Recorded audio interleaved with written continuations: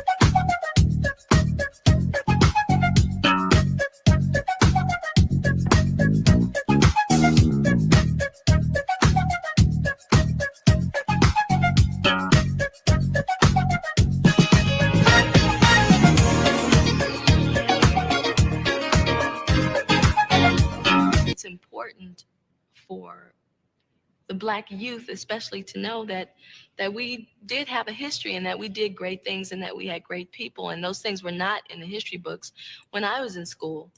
And what I'd like to be doing 5 years from now is attempting to rewrite the history books so that they'll know that.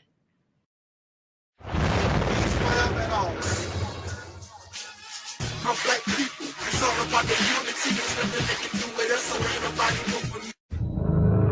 Warning. Stand by for countdown.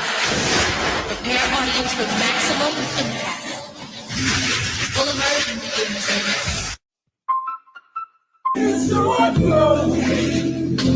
Just keep it going.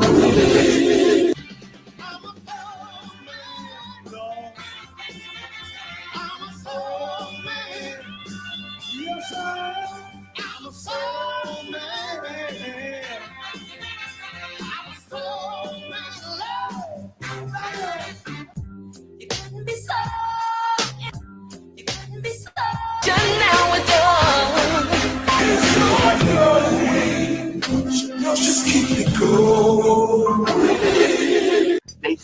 something that I don't feel. What can you learn from a bum, Omar? Shamsuddin? What I learned from a bum, maybe it's what not to do.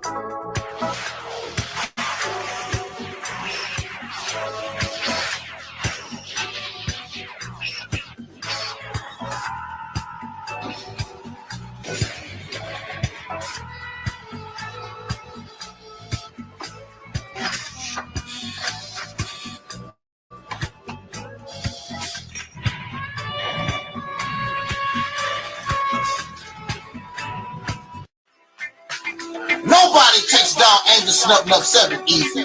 There's a reason why, after 100 channels destroyed, Angel Snub Nub 7 is still here.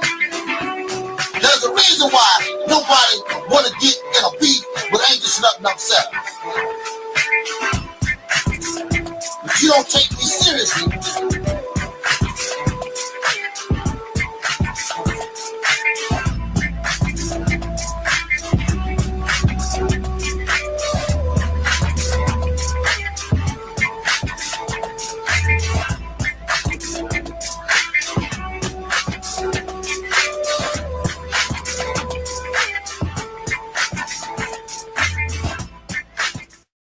Can't touch this.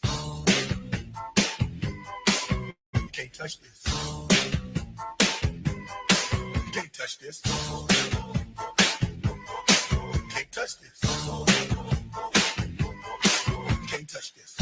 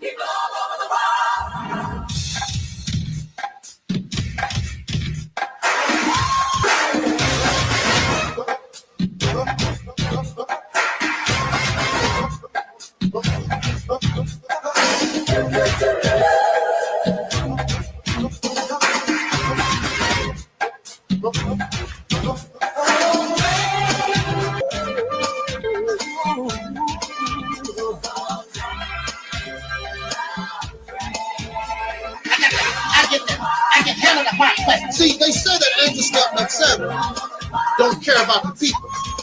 But Angel Snub Nub 7 cares about the people because I'm bold enough to tell you the truth, and I don't give a damn if you give me a dime. I'm not looking for your money.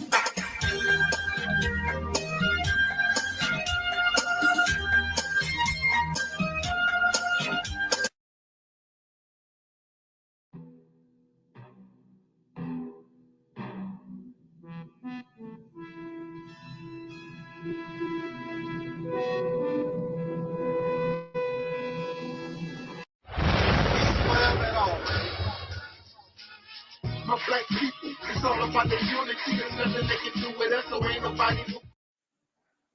We are in a state of emergency. Prejudice. Wrote a song about it? Like to hear it? Here it go. Free your mind.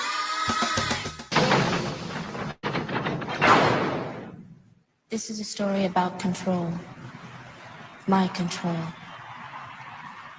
Control of what I say and control of what I do. And this time, I'm gonna do it my way. I hope you enjoy this as much as I do. Are we ready? I am, because it's all about control, and I've got lots of it.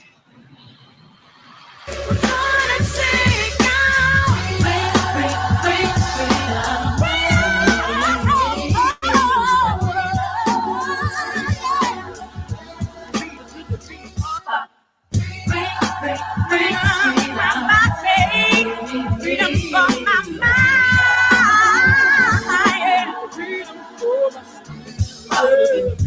Is there a harder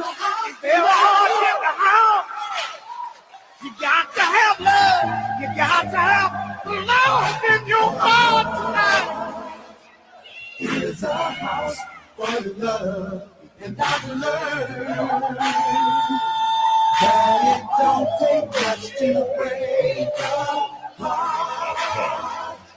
Here's a house for the love, and I've learned. Build it up, build it up, build it up. For the love, and I've learned. I've learned a heart is a house. You got to feel it. And I've learned to feel it. Feel it. Don't get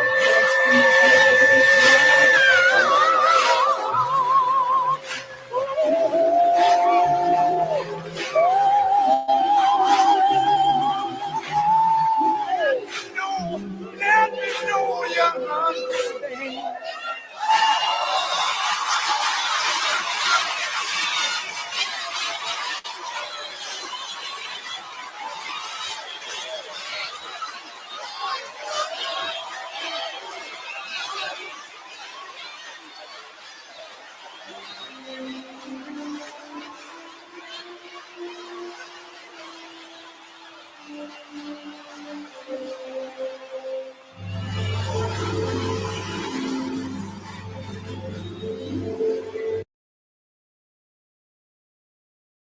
It's the truth. It's actual. Everything is satisfaction. He's heading your way again. Uncle Remus, the immortal storyteller in Walt Disney's honored motion picture classic.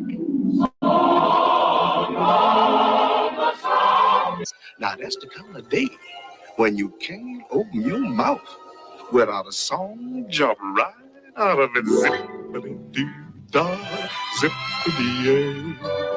My, oh my, what a wonderful day. Singing a song,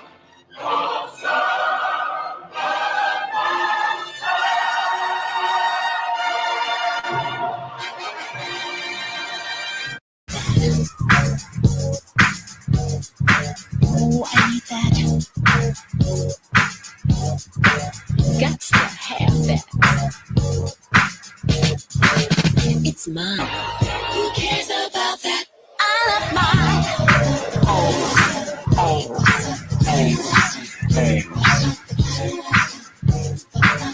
I love my thing.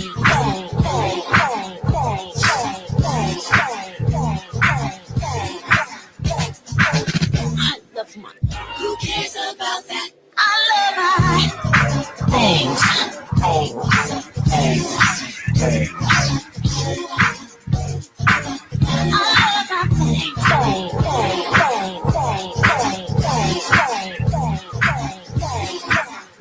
And now, the breakdown.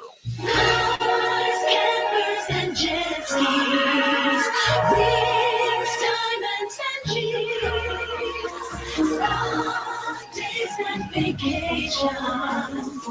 I can't describe all the joy that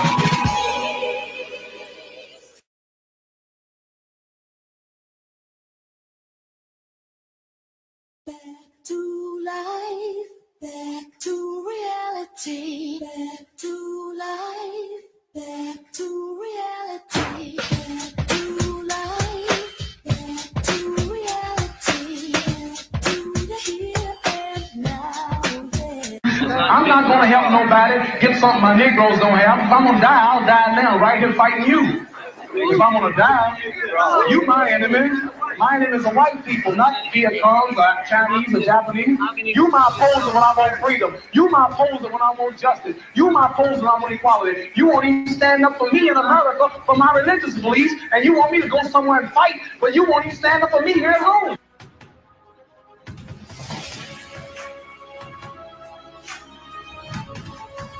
No, I don't worry. I tell you, I'm a man who believed that I died 20 years ago.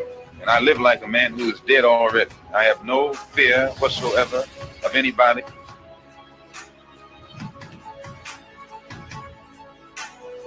Seems to me that white America must see that no other ethnic group has been a slave on American soil.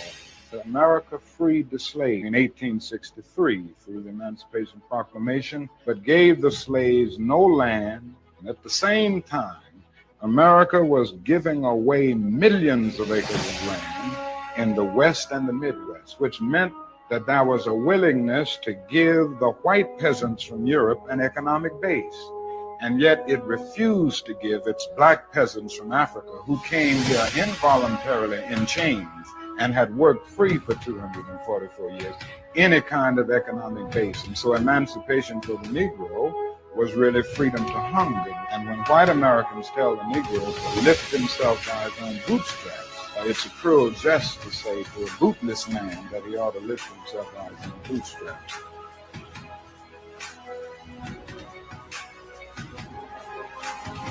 I'm saying that the Nation of Islam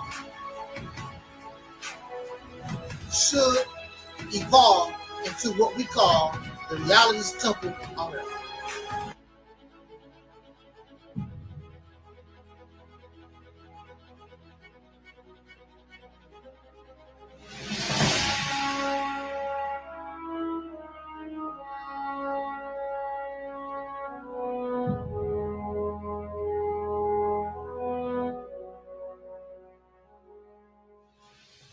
It's all right.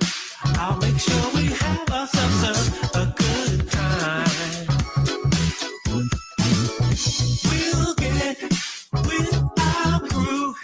There's no telling what we'll do, girl. As long as you're with me and I'm with you,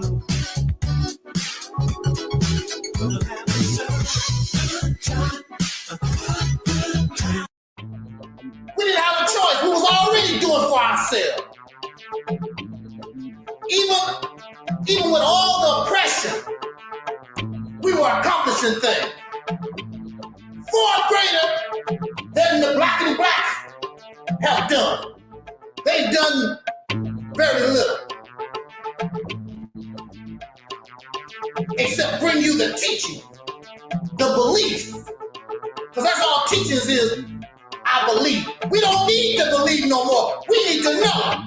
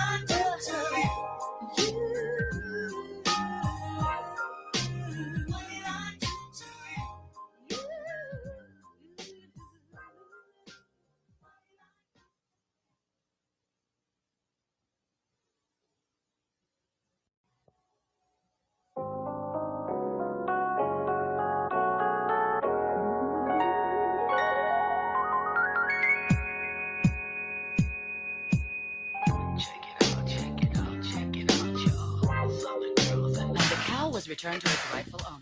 Throughout the history of the United States, the construct of racism was created specifically to oppress Black people, to try to suppress our determination to achieve liberation. Like Angela Davis said, it's built into the system.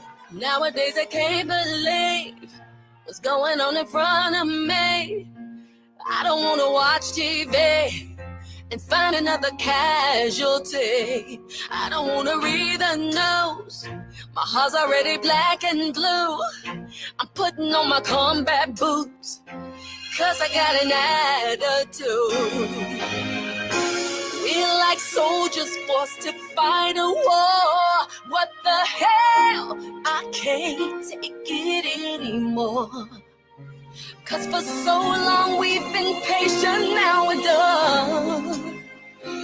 Don't you even ask me when did I become such an angry Black woman.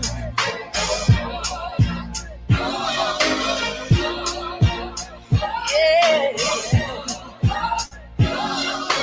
We're just trying to get by. Tell me how long will we run? Or will we hold? We're losing young ones. Hands in the air, we keep praying for a miracle. 'Cause every day is a struggle. But as long as my brothers and my sisters are in trouble, goddamn, I'm a ABW. We can't successfully put an end to racial discrimination until we change the entire system. We've been trying to keep the peace 50 years since Martin King. Some don't like me for who I am, but I love my melanin. Another future college grad sleeping in a body bag. Mother screaming out her lungs. She never gonna see her son. We're like soldiers forced to fight a war. What the hell? I can't take it anymore. 'Cause for so long we've been patient, now we're done.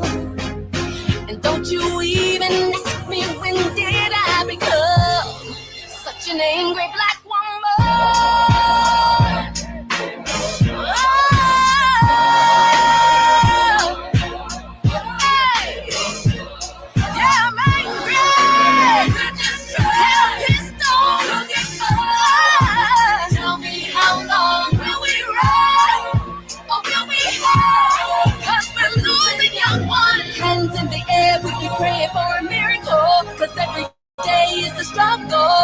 But as long as my brothers and my sisters are in trouble, you're damn right, I'm a ABW.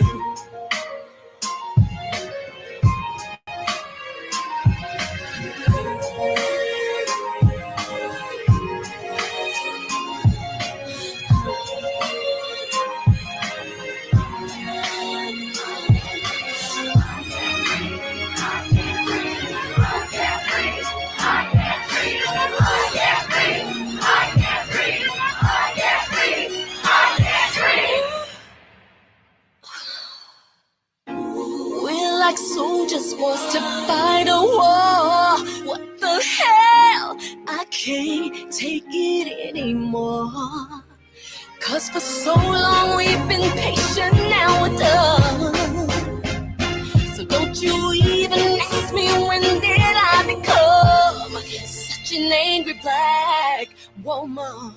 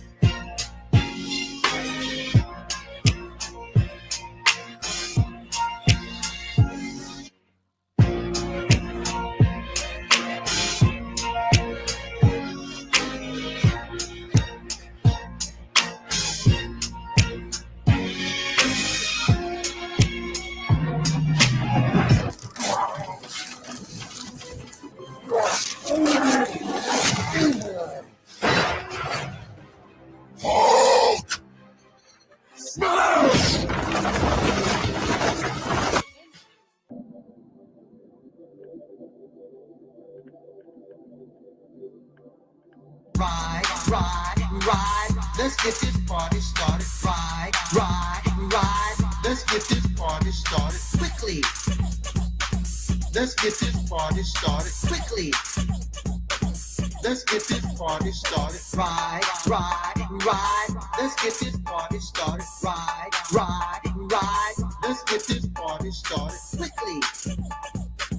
Let's get this party started quickly. Let's get this party started. Ride, ride, ride. Let's get this party started. Ride, ride, ride. Let's get this party started quickly. Let's get this party started. Ride, ride, ride. Let's get this party started. Ride, ride, ride. Let's get this party started quickly.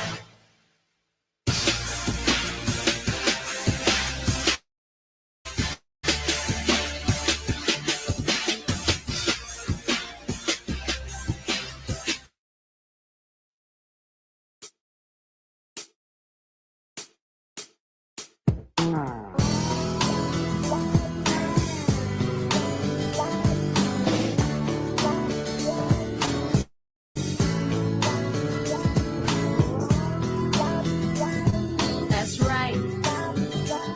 I'm proud to be a Southern girl. I'm gonna take you back a little bit. Where? Back to Texas, where everything is bigger. The game begins in 3, 2, 1.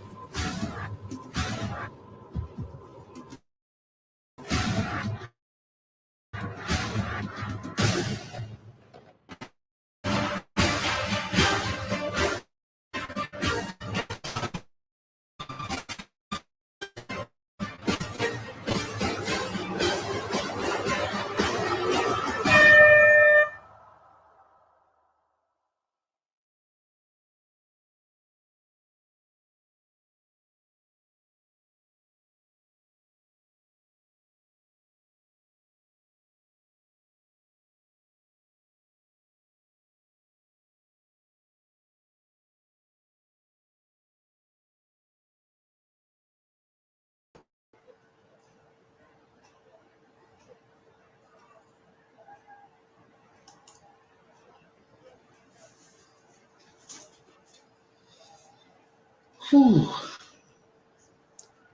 Peace forever and always, and welcome to another spontaneous late night edition of what we call the Reality's Temple on Earth Internet Ministry. I am the gatekeeper, the host of this program, known here on social media. Wherever you may find me, I am known as the mighty Angel Snub 7. I am your soul brother, number one.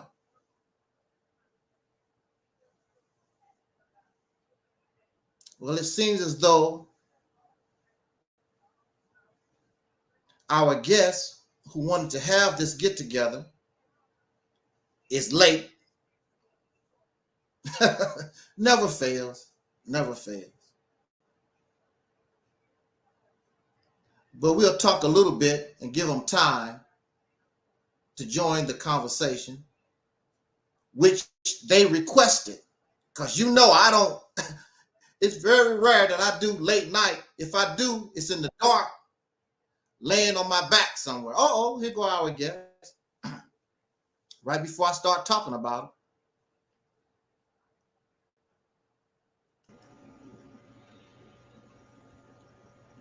All right, all right. Looks like we're in business now. Let's do a mic check. Our guest, can you hear me? I can hear you. Can you hear me? Yes. Oh, you got me. You got me with this one. Okay. Yeah, you got me. I just want to make a brief comment. I was just being silly. I was just being silly when I said bloodline of Satan, but you took it seriously. But that's all right. That's all right. You got me. Well, I guess that makes it more interesting, you know. It does. It does. And I use that to shock people. I use that to shock people because they expect me to be a Christian.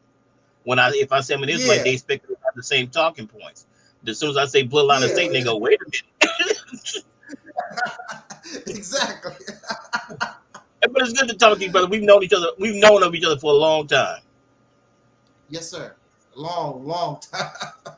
Actually, I have another brother from another mother that's been listening to me a long time. I want to acknowledge Brother Geron in Belgium. He comes from Belgium, and he's a, I guess you could say Caucasian person, whatever, from Belgium. And he's been listening to me for a long time because, like I said, the original reason why I came to YouTube was to talk about psychiatry. And he's a victim of psychiatry, and I'm a victim of psychiatry, and that's where we unite against the evils of psychiatry. I hear you. And it is evil. Yes, it is. You know, I agree with everything that the Church of Scientology, or they have a subsidiary called the Citizens Commission on Human Rights. They got wonderful booklets about that. And I also agree with everything that Dr. Umar Johnson has to say, you know, about psychiatry, their focus and their exploitation of the Black community. But even before all these folks, the Church of Scientology be on it. You know, they was on it. They actually helped me, and they even actually physically tried to help me when I was going through my problem. Nobody Black did nothing for me, but these guys came in suits and looked like big shot lawyers and stuff, and that facility was scared. Like, who the hell is these white guys coming to visit this man? You know, it was funny. But before we get started, I want to make a brief comment before we get started. Okay. Because really, this is your show. You know, I want you to say what you need to say, and we'll discuss whatever that you bring up. But I did want to just make a very short commentary on the news. I really don't talk about, you know, our YouTube celebrities and personalities or whatever. But I did want to just briefly talk about the ruling from the courts today on a YouTube personality, cult leader, I guess you could call him. He goes by the name of Nature Boy. I don't know, if you ever heard of him or not. I'm familiar with him. But Nature Boy was sentenced to life today for all kinds of charges. I'm not really familiar with the case, but all kinds of charges. And I heard some of the victims talk about what they went through with that man or whatever. But I want to bring him up because for us, Black Americans or soul brothers and sisters, whatever you want to call us, we can't make up the name of our identity, wherever the hell we want to be. True. Anybody that's a little charismatic, anybody that can feed our emotion. See, I don't draw people because I don't feed your emotion. I don't give you credit that you don't earn. I'm not going to call you a god of the universe and you don't have any power. I'm not going to call you a goddess and a queen unless you earn it. I'm not going to call you a warrior unless I don't saw you fight somebody in a war. I'm not gonna call you a policeman until you prove that you've been to the police academy and you qualify to be a police officer. A security guard is not a police officer. So I don't expect to draw people like that. But you have people like Nature Boy and religious folks in general. They feed that side of you that needs that make you feel good. They give you these accolades and things of this nature, and they feed your emotion. And many of us, we fall for the old okie doke, and we end up in all kinds of situations. And that's why the pastors exploit the women in the church. That's why you're giving all your money to all these religious organizations and you're not getting nothing for it. But it don't make no difference because they feed your emotion, and that's good enough. But then people like Brother Polite, it's another brother out there too that's having problems. I forgot. I'm not really familiar with him. I forgot what his name was. But these guys cross the line. They cross the line, and then they end up in the manner that they end up in these prisons. Luckily somebody didn't kill them. Some people don't go for the old okie doke. They would kill you, Mr. Leader. They'll blow your brains out. They don't do that. But what gets me about this man, and about a whole lot of YouTubers out here, and folks, when you get emotional, you run your mouth and blah, blah, blah, and you think that you can't be touched. Everything that we do, everything that we say on YouTube, even though YouTube might terminate my channel, I don't know who recorded my video. You don't know who has your recorded voice out of your mouth. They brought a lot of the evidence came from YouTube videos. This man talking crazy stuff. Talking about having sex, his children watch him have sex, and his son licked his penis to get the energy from him, all kinds of crazy stuff. This is on video. And you don't believe now that you don't deserve to be put up under the prison? You condemn yourself. Outright here, making evidence. And there's a lot of us talking crazy stuff, making threats against people. But if you ever get caught up, all that's going to start coming out. You don't know who recorded you. Even though you took it down, you don't know who recorded it. And if you get caught up, you're going to be shocked. There it is. There it is. And he looked so crazy in court. Like I said, I can't really comment on him because I don't keep it with this man. But I did hear him say on one of his videos that one day they're going to release all the prisoners. And the prisoners going to come out and kill all the black women that don't want to submit to them. Wow. That's their purpose. That's their purpose. You're going to lay up in prison, and your only reason why you want to get out and get free, so you can run around and kill black women. That's what he said going to happen one day. Well, I guess he's going to find out because he's going to be one of the ones in prison. He's going to be one of the ones that come out the prison. If he make it. Well, you said you got life. You love men. Huh? Say what? Well, you said he got life sentence, right? Oh, yeah, I think he got 3 life sentences. Yeah, well, he ain't getting out. He got 3. No, he's not getting out. And see, the sad thing about Brother Polite, Brother Polite should be getting out in a little while, maybe the next 2 or 3 years or something like that. But this man got life. I believe he got 3 life sentences, I think. How much time did Polite get? 7 years. 7 years, okay. And if you do good behavior, you know how they work that out. You might get out in 3, might get out in 4, who knows? You know how they work. They can work that stuff out. Good absolutely. Behavior, blah, blah, blah. But yeah, you can't do that with a life sentence. That's life. Sad thing about it is these people, these are young men. And I was even thinking about R. Kelly. These men, brilliant. These are brilliant people. It's a lot of brilliant, as you know, brother, there's a lot of brilliant people laying up in these prisons and these jails. But they just, just gone to waste. Just, I mean, look at this, just gone to waste. They get messed up somewhere. That's why it's very important that we would support something like Operation Exodus Mississippi campaign, because that's part of the program, is to cause true rehabilitation. Now, some folks you cannot help. No matter what you do, you cannot help. But there are a lot of people, because see, I was locked up. And I know that there are people, no matter what their crime was, they are sincere about being rehabilitated, changing their lives or whatever. And we need to help our people like that.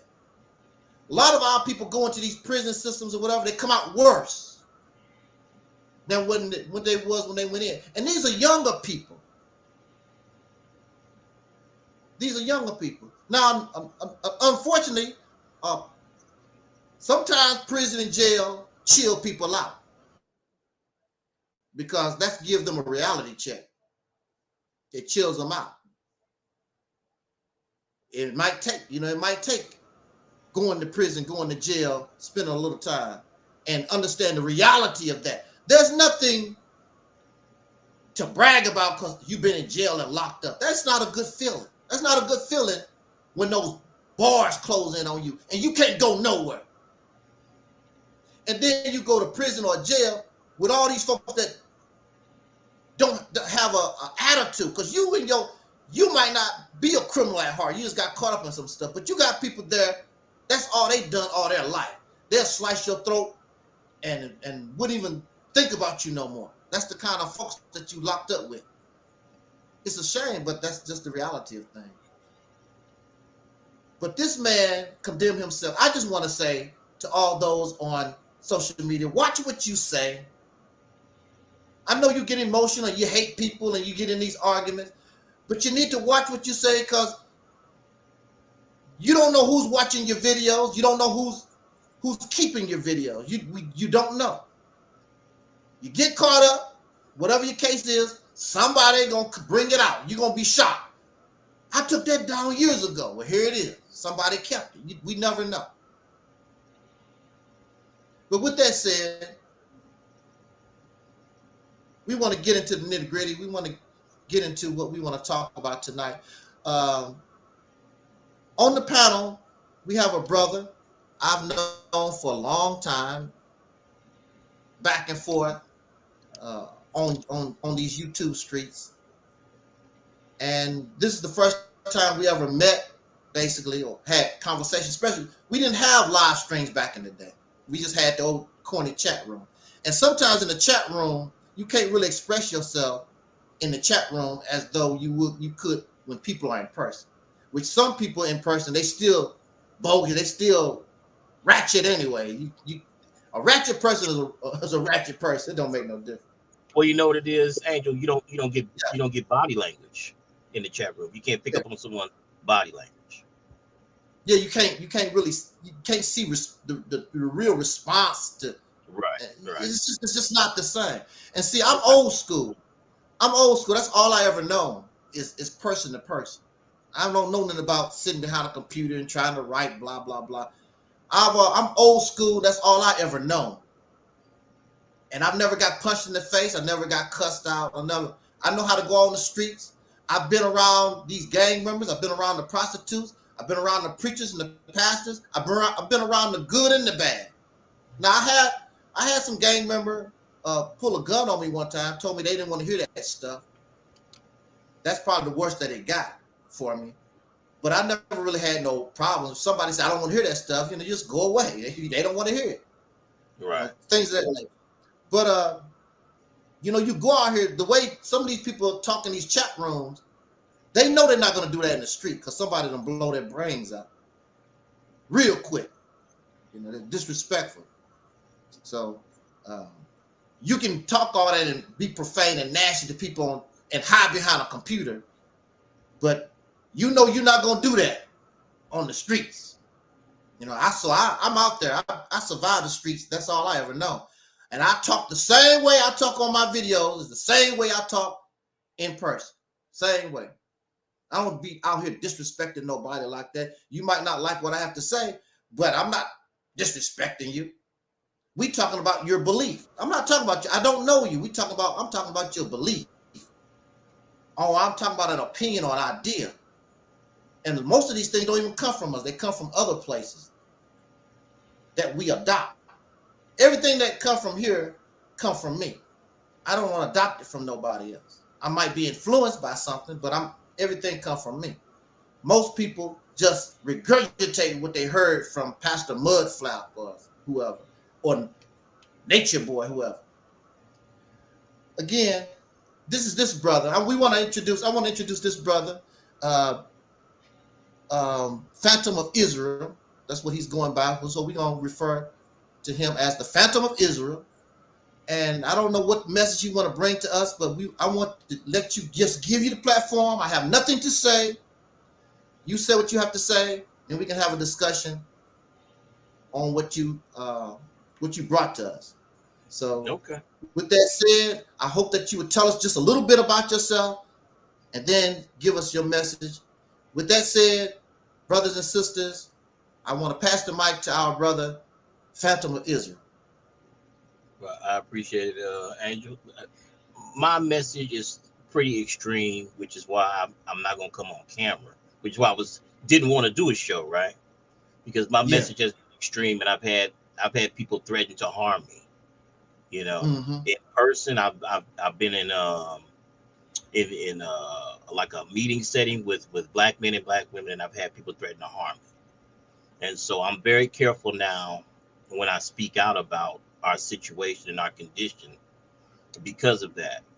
And so I would say I came into kind of just knowledge of self in 2000. Up until then, and that was maybe I was like maybe 31, 32.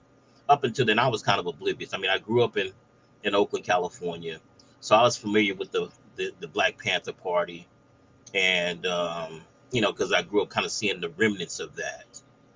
And so, you know, so I had a little bit of understanding, you know what I mean?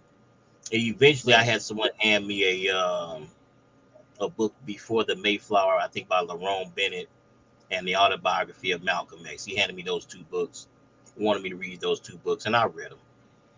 And, you know, it kind of, you know, changed my perception about some things. I thought that Lerone Bennett's work was, at the time, I thought it was accurate. I found out later on that it wasn't, because his work talked about black people selling each other into slavery. And so, but Malcolm X's autobiography was very profound, you know what I mean? And so, and so I sat on those books for a while. I didn't really study any further until the year 2000. You know, I had a near-death experience, and ended up in the hospital. And when I came out of it, out of the coma I was in, you know, I was a little different. You know what I mean? Having a near-death experience, and so so then I began to study a lot more, because I was just seeking for the truth. You know, really just looking for the truth.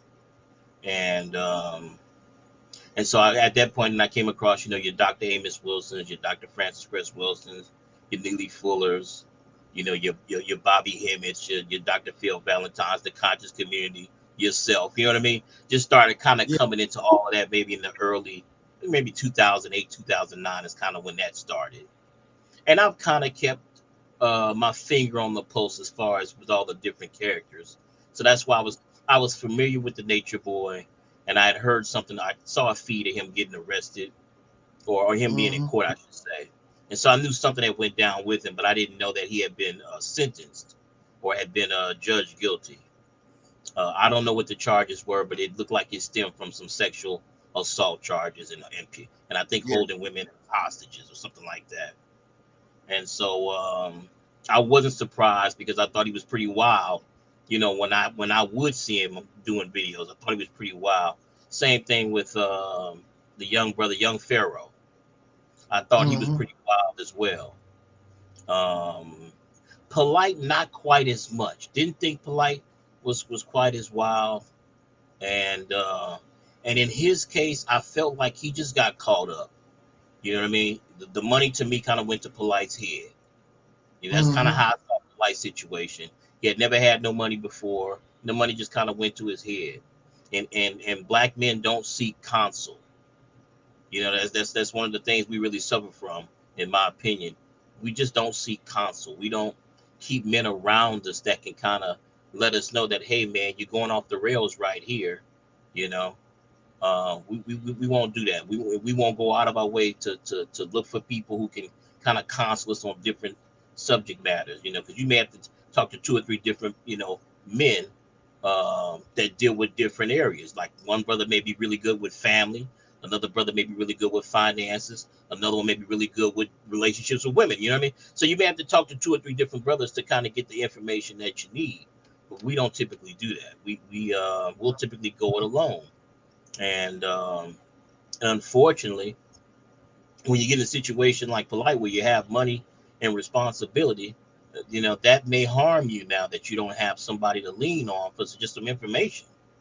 You know, and then that can kind of come back to bite you. So I don't think his intent was to harm this girl, but I think once his head got big, you know what I mean? You got all that money, your head got big. It was sort of like a downward spiral. He just couldn't pull up. He just couldn't really pull up from the situation and found himself alone with a female, which that should have just never happened, in my opinion. But I just think in his case, he just got caught up. But you know, I'm familiar with some of the debates that they've done, and you know, I know SETI. I've listened to SETI from time to time, and I just kind of started trying to figure out, man, what is wrong with us as a people? How come we can't just get it together, right? And then I want to say maybe about 2 or 3 years ago, it kind of hit me that, oh, okay, I think one of the things we need to do is Black people need to hold a convention. We need to hold a convention to figure out who even wants to be Black, you know, who wants to even be a part of it. Because I don't think most of us do. I think most Black people are trying to escape from being Black. And I'm just using that label because I know that's the label most people are familiar with. But I think most of us are trying to escape from that. I think we should have held a convention really coming out of the enslavement era, but we didn't. And we allowed whites to trick us into becoming citizens. That should have never happened either. We should have insisted that we have our own or put the chains back on us. But that didn't happen, right? So we signed a bad deal. You know what I mean? We signed a bad deal when we decided to become their citizens, you know? And so now we have to figure out a way to get out of it, because you ain't getting no reparations. That ain't happening. I don't even know how Black people got on the whole reparations thing, because we don't qualify for reparations. That's something that they have to want to do for you, because you're their citizens, which means they can treat you any kind of way. You're serf to them. Okay, who they actually owe reparations, who the United States actually owes reparations to, is the nation state of Nicaragua. They were found guilty on war crimes by the International Criminal Court in 1986. They were told to pay $12 billion to Nicaragua. They haven't given them $1. All right, so if Nicaragua can't get reparations that they were awarded from the International Criminal Court, what makes Black people think they're going to get it? So you're not going to get that. So one of the reasons why I decided to do it was just to kind of lay the foundation of what's going to happen and what's not going to happen. If Black people don't get something together to try to save a remnant, just a remnant of Black people, and when I say a remnant, there's 40 million of us here. If you can maybe save 100,000, okay, you'd be doing something great for your people, because it looks like we are checking out. We're crossing out sexually with all these different groups. You go look at the Jackson family today. They don't look like the Jackson family that we grew up seeing. And more of our families are looking like this every day. And we don't have a problem with it. And here's the strange thing about that. We have the most precious bloodline on this planet. Our bloodline, in going through that enslavement era, all of the weak bloodlines or weak families were killed off. Those families that are remaining, your family and my family, these are the strongest bloodlines on earth, just due to the weaning out process of an enslavement era that killed people through work. So the fact that now we've taken that precious bloodline that we have, and now we cross it with all of these other groups, and it doesn't bother any of us. Doesn't bother any of us. Our major problems, religion. This is one of our major problems is religion. Our second major problem is our so-called black women, because we don't have a woman. And this is where I typically get a lot of pushback, and where people get upset. And I say, listen, you think whites are stupid? You think they would take these chains off of you if that woman belonged to you? She's not yours. She belongs to them. She's going to do their bidding, their will. He has told her to marry us and to be our wives, and to, or what do you mean? Whatever you're getting out of her is because he has agreed to it. But we still hold on to, no, man, I take care of her, I do this, I do that, blah, blah, blah, blah. No, man, it don't work that way. In nature, he focuses on the female. Just look at how he breaks horses and other animals and lions and elephants. He focuses on the female to bring him the offspring. And he's done the same thing with us. He's done the same thing with us. So, need to hold a convention. From the convention, we need to create some kind of a society. From a society, eventually a nation state. And this is how we should be thinking as a group. We need to hit the reset button. I don't know if you are familiar with the brother that went and shot up the subway. I can't remember his name right now. But he went and shot up the subway not too long ago. They said he didn't kill anybody, but he shot several people. Prophet of Doom? Yes. I don't know if you ever watched some of his videos. Yeah, we was buddies a little bit on social media for a while. Wow, okay. Well, he talked a lot about hitting the reset button. I agree with him. I totally agree. Yeah. Black people need to hit the reset because, like you said earlier, we don't even know we haven't even agreed on what we're going to call ourselves. Exactly. So in having a convention, those things all get worked out. What you're going to call yourselves, what you're going to answer to, leadership, how you're going to raise your children, your do's and your don'ts, all of that, just in holding conventions. And we haven't done anything like that. And another reason why we haven't done anything like is because the what I would say the biracial class or the rich class of blacks, unfortunately, they've partnered with the system against us. So we can't count on rich blacks to help us either. Yeah, they've not plugged into to either working class blacks or poor blacks. They see themselves as different. They trust in the what I call a public indoctrination center. They call it a school. And we just go there to learn how to hate each other for the most part. You don't go to those schools to learn how to love black people. I know that. And I don't want to be talking a mile a minute. Did you have any questions? No, this is this is your time. You can just take as much time as you want to. I mean, I'm fine. Okay. Well, I just want to just kind of lay out, like I said, I just see that we're not talking about the right things. Hitting the reset button, holding conventions, figuring out who are we as a people, who do we want to be, what do we want to call ourselves. You don't want to call yourselves Israelites? That's fine. You don't have to. Then what do you want to call yourselves? What do you want to answer to? How do you want to raise your families? Why would you send your woman out to go work for another man? Because that's something else I think is wrong. Black men shouldn't be sending their wives out to go work for other men. unless it's family. She either works to enrich your family or she's working to enrich another family. Those of us that are married, right? You're married. Your wife should not be leaving your home to go work.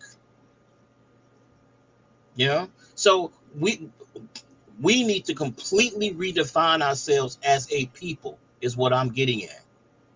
And if that means doing away with everything we've been told, you want to do away with the Bible, you want to do it with the Quran, that's fine. If it's going to get everybody to the table so that we can agree on some things.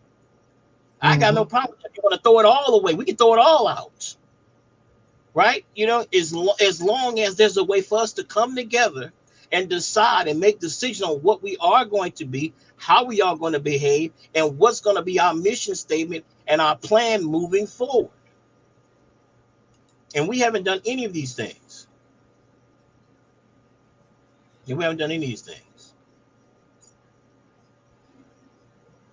So I don't know what it's going to take, but that's the main thing. I just want to get those talking points out so that hopefully we will at least start thinking about these things, you know, hitting the reset button, holding conventions, redefining who we are as a people, creating our leadership structure, redefining our families, of how we want our families to look like, how we want our women to dress, how we want our men to dress, all of these things.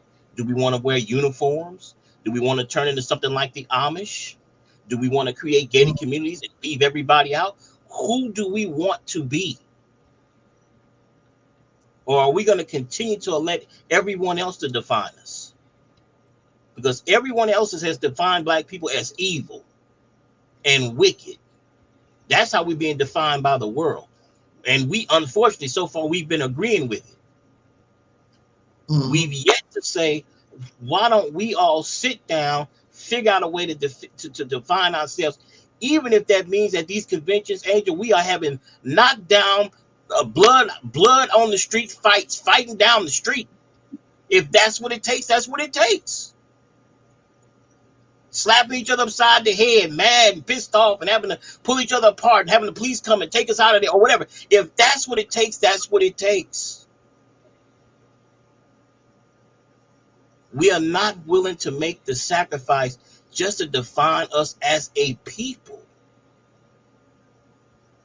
We're just not willing to make it right now. And I don't know what it's going to take for us to do that. But that's what, to me, those are the first steps. These are our baby steps.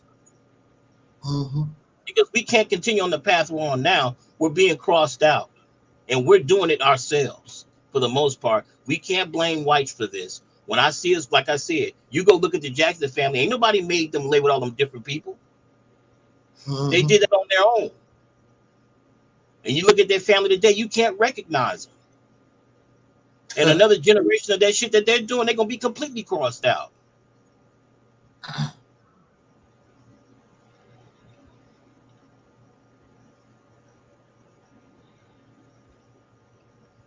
Yeah, they'll be completely crossed out. So that's pretty much where I'm at with that. And I know you told me to be prepared to be interrogated. You know, which I'm fine with. You know, I'm fine with. Well, actually, I mean, I agree with a lot of what you're talking about. I mean, ain't nothing too much, ain't too much to interrogate. I agree with a lot of what you're talking about. So there's nothing, you know. Okay. I have people come here and like you said, I mean, what you just talked about, you said we can skip all the religious stuff. You know, just listen. How can we do this? How can we save us as a people? How can we get together? If we got to reset, start all over from scratch, let's do that. I mean, so what is there to? There's nothing to interrogate because I feel the same kind of way. I myself, I really truly don't care if the masses of the people want to be mud skippers. Okay, we the people of the mud skip. I don't care. Finally, I don't think I can say we finally chose a name. We the mud skip people. Okay, I'll go with that. If the mass of the people decide that's what they want to do, anyway, that's how it goes anyway. That's how all these names or whatever. Well, actually, African American, yeah. Well, actually, African Americans probably the only one closest to what we came up with that was accepted, but it also had to be accepted by the people that's in power. They adopted it too. Oh, you guys want to be called African American? Okay, we'll go for that. Okay, we'll go for that. You know, I wish you guys make up your mind because you was black at one time, and then we called you guys colored, you know. And you know what our favorite word is, the N-word. That's our favorite word, but we can't do that no more because it's not politically correct. We do it in you know, behind your damn back. You know, we still do it, but so. But yeah, I don't have. It's not too much. I agree with a lot of what you say. So there's nothing to interrogate about. Most of the people that come here, they don't think that way. They're not flexible in their thought. It's teachers of Elijah Muhammad. It's the Hebrew Israelite doctrine. It's Kemetic doctrine. It's Dr. Ray Hagen's. It's Farrakhan. It's Taalik. And that's where they stick. That's where they stay. You know, in fact, let me address that real quickly. The whole Hebrew Israelite thing. First off, oh wait, I'm getting a call, bro. Let me go turn that phone on. Okay.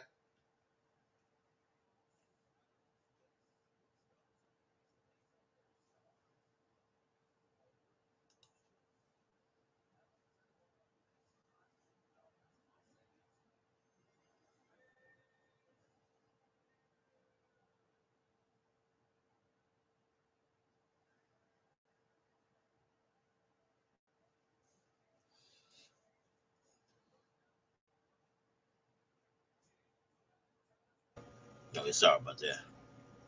All right. Can you hear me? Can you hear me? Okay. Yes. Let me deal with that because there's a lot of confusion even with that. I only subscribe to the work of Tommy Hart when it comes to the Israelite issue. Mm-hmm. All Israelites are Hebrews, but not all Hebrews are Israelites. So Hebrew is the race, you know, black, right? So Africans are Hebrews. We're according to scripture, right? According to his interpretation of scripture. Israelites were the blacks that got carried off into slavery. So this was like your elect, your leadership. These were considered the chosen people of God or whatever. So I'm just saying. So people don't have to say Hebrew Israelites. An Israelite is automatically going to be a Hebrew. You know what I mean? Because Hebrews are black. Okay, so I don't know why even those camps use that term Hebrew Israelite. They should just be calling themselves Israelites. But you know, I don't get it. The other thing is I don't know where they're getting this that Jesus is the Son of God from. According to scripture, Jesus is a fictitious character. He ain't real. None of those characters are real. And Jesus makes a claim that he's the Son of God, but according to the book, he's not. That's why he was put to death. If my memory serves me correctly, he was put to death for making the claim that he was the Son of God. Whites have told us that he's the Son of God, and we have believed them. But the book says otherwise.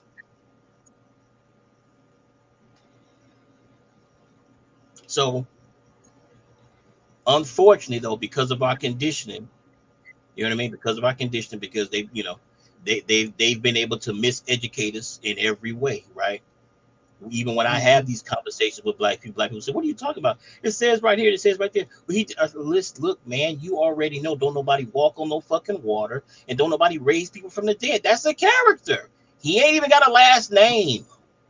Like we should know these are characters, but we don't. But these camps think these people are real. I'm like, well, where are you guys getting it from? Because the person work that I subscribe to, he says that shit ain't real. But you know, they going off of whatever they think they have found. I go off of, like I said, I go off of Tommy Hart's work because his work says that basically that Bible is a law book. That's what it is, a law book, and they use that book in the courtroom and they swear presidents in on it. And law is what God brought the world because man didn't have any. So this is just a title. The word God is just a title for lawgiver. Law is everywhere. If you go into outer space, you still have to comply with the law. You go someplace else, you still have to comply with the law. You go in an airplane, you still got to comply with the law. Law is omniscient, it's everywhere. That's what the Most High is. But those Hebrew Israelites think the Most High is God. No, what's Most High is the law. That's what's Most High. So, Tommy, what this person? I've never heard of him. Mr. Hart. Tommy Hart. What'd you say? Tommy Yeah, Hart. Tommy. So Yeah, Tommy Hart. So he don't pray to nobody, right? Absolutely not. He used to. He used to be a Christian like everybody else. You know what I mean? Mm-hmm. Yeah, he used to. So how does he explain if Black Americans are so-called Israelites taken from Africa, brought over here, and if we know this, then we should know where they come from, because I know most people say that the black people that did come from Africa, they came from West Africa, the West African region. So they don't never say what tribe, what people, what nation that nobody. I guess all that's lost. But if it's lost, how do you know it? How do you know that if it's lost? Yeah, all that's. No, you're right. All that's, well, you know, the story the interpretation that he's got from Scripture is that we had a great war with whites. They rebelled against God. They once upon a time they served this God of Israel as well. Once upon a time, all these nations served the God of Israel. Like I said, it's just the title of who's in charge. They rebelled against him. They waged war against him, and they defeated us in battle. And unfortunately, they took us into captivity after they defeated us in battle. Now, he and I have talked about, he can't prove it, I can't prove it, but I suspect they took us as children, that they killed all the adults, and they took us as children. I also suspect they moved a lot of tribes around on the continent of Africa. So tribes are not even in their native lands. They've been moved around, you know, during this great war that happened a long time ago. And so they have completely, basically, they have flipped the world upside down. The other thing is, we believe that we're from Africa. I'm not sure of that. I don't know how anybody can say that they're sure of that. You know, it looks that way, but we can't be certain of where we started from. And I find it hard to believe we would start in the area with wild beasts capable of killing us. You know, why would you start in an area with lions and you know, elephants and hippopotamus? These are very extreme, you know, heavy, dangerous animals. That strikes me as an odd place to start. You know what I mean? If you're going to start life someplace, I would think you would go someplace where the animals ain't so vicious and big and strong.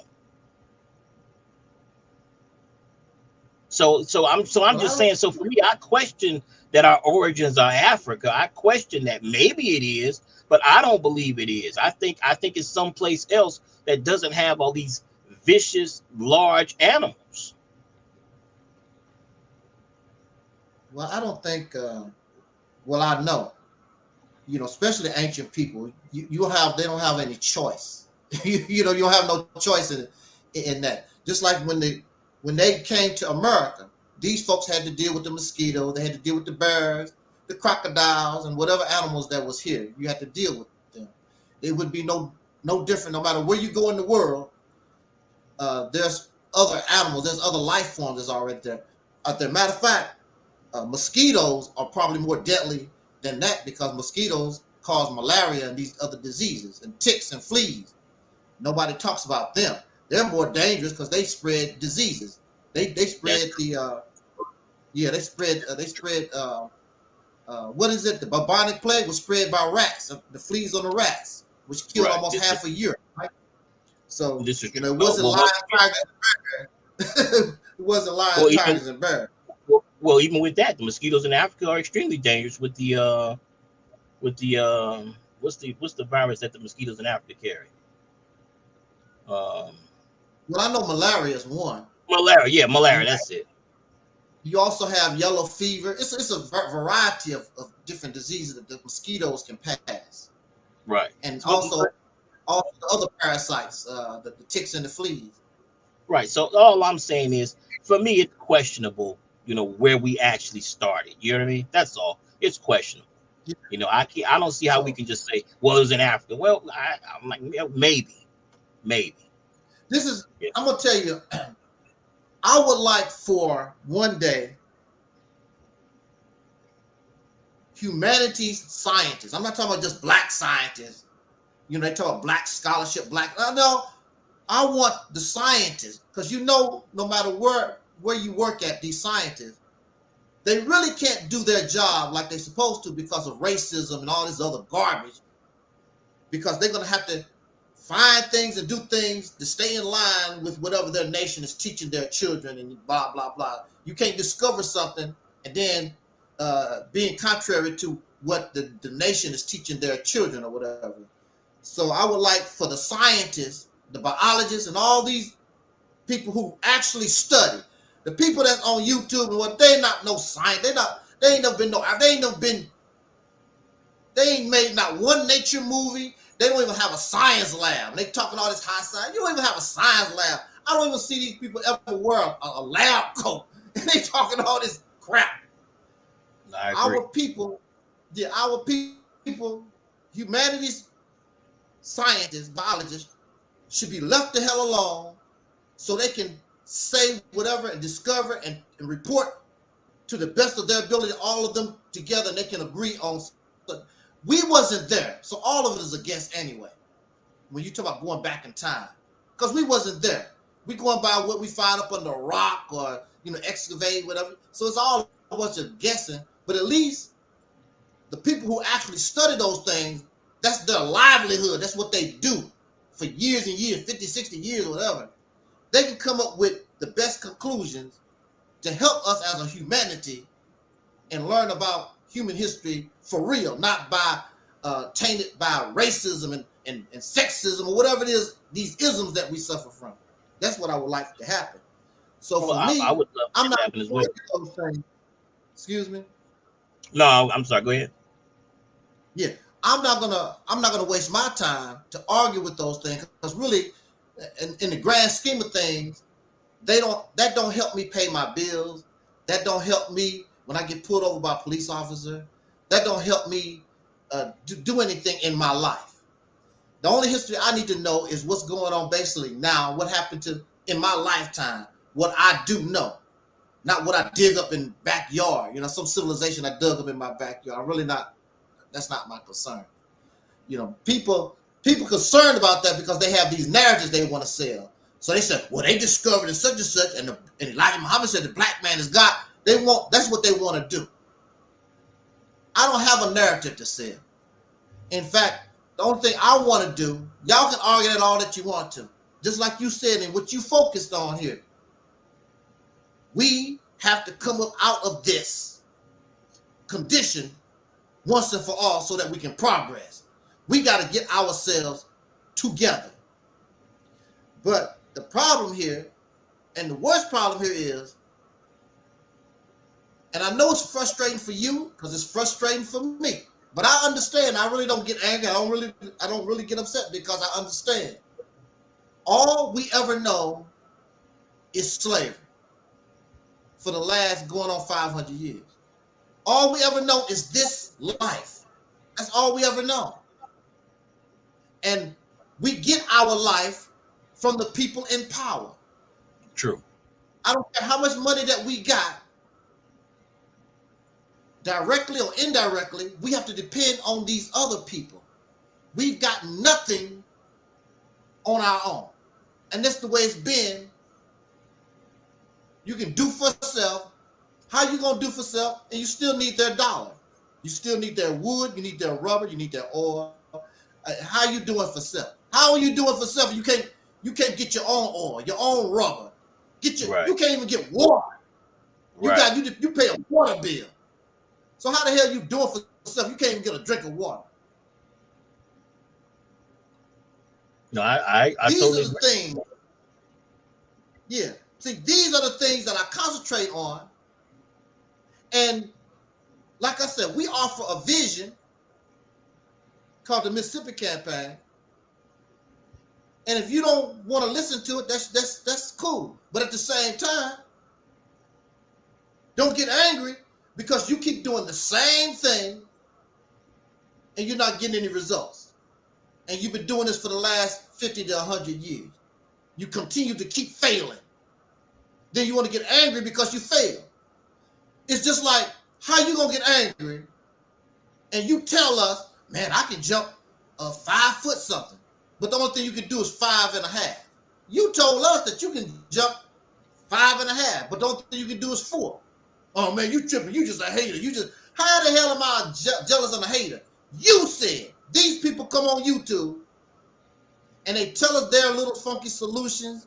They tell us what we need to do or whatever, and they don't produce nothing. They keep telling us they can jump 5.5 and can only do 4. How you gonna get angry at us because you can't do what you say? And that's all I ever do on my channel. It's not hating, not jealous. You making a claim. I'm calling you out on what you said that you can do.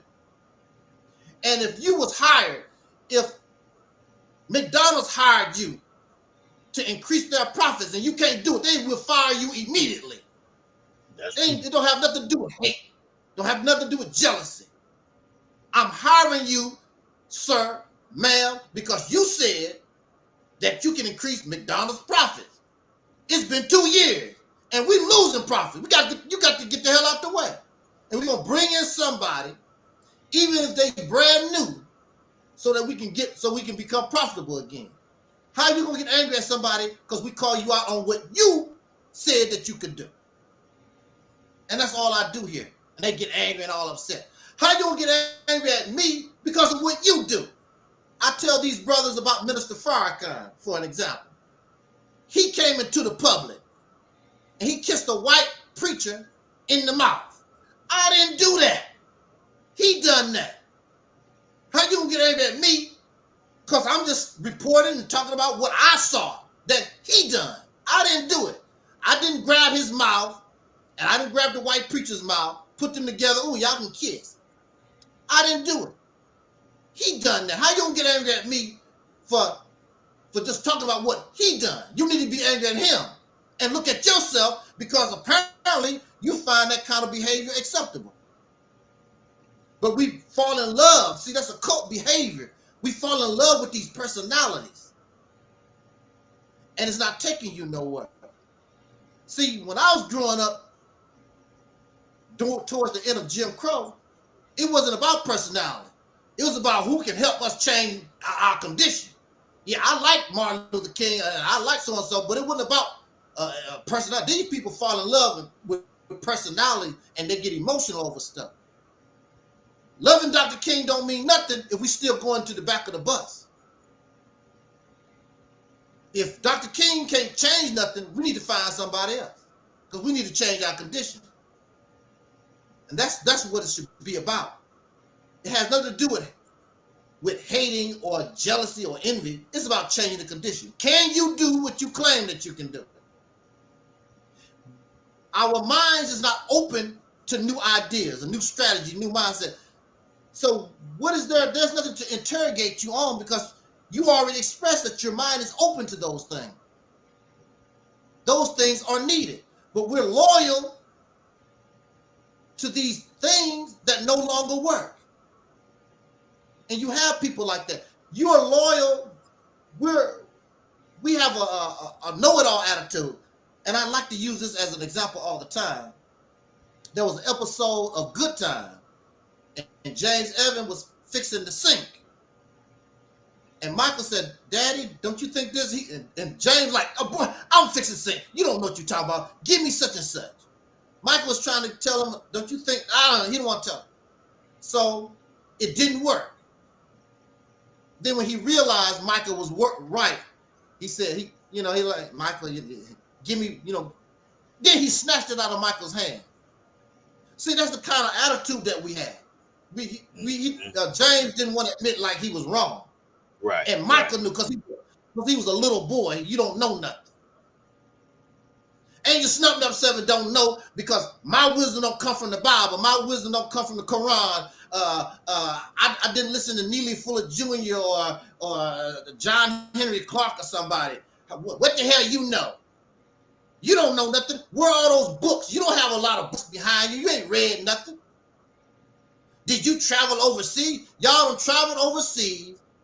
You done read all these books, DVDs, lectures, and tape. Look at the condition that you're in. Ain't nothing changed at all. Nothing. Right. Absolutely nothing. And you won't listen to the little guy.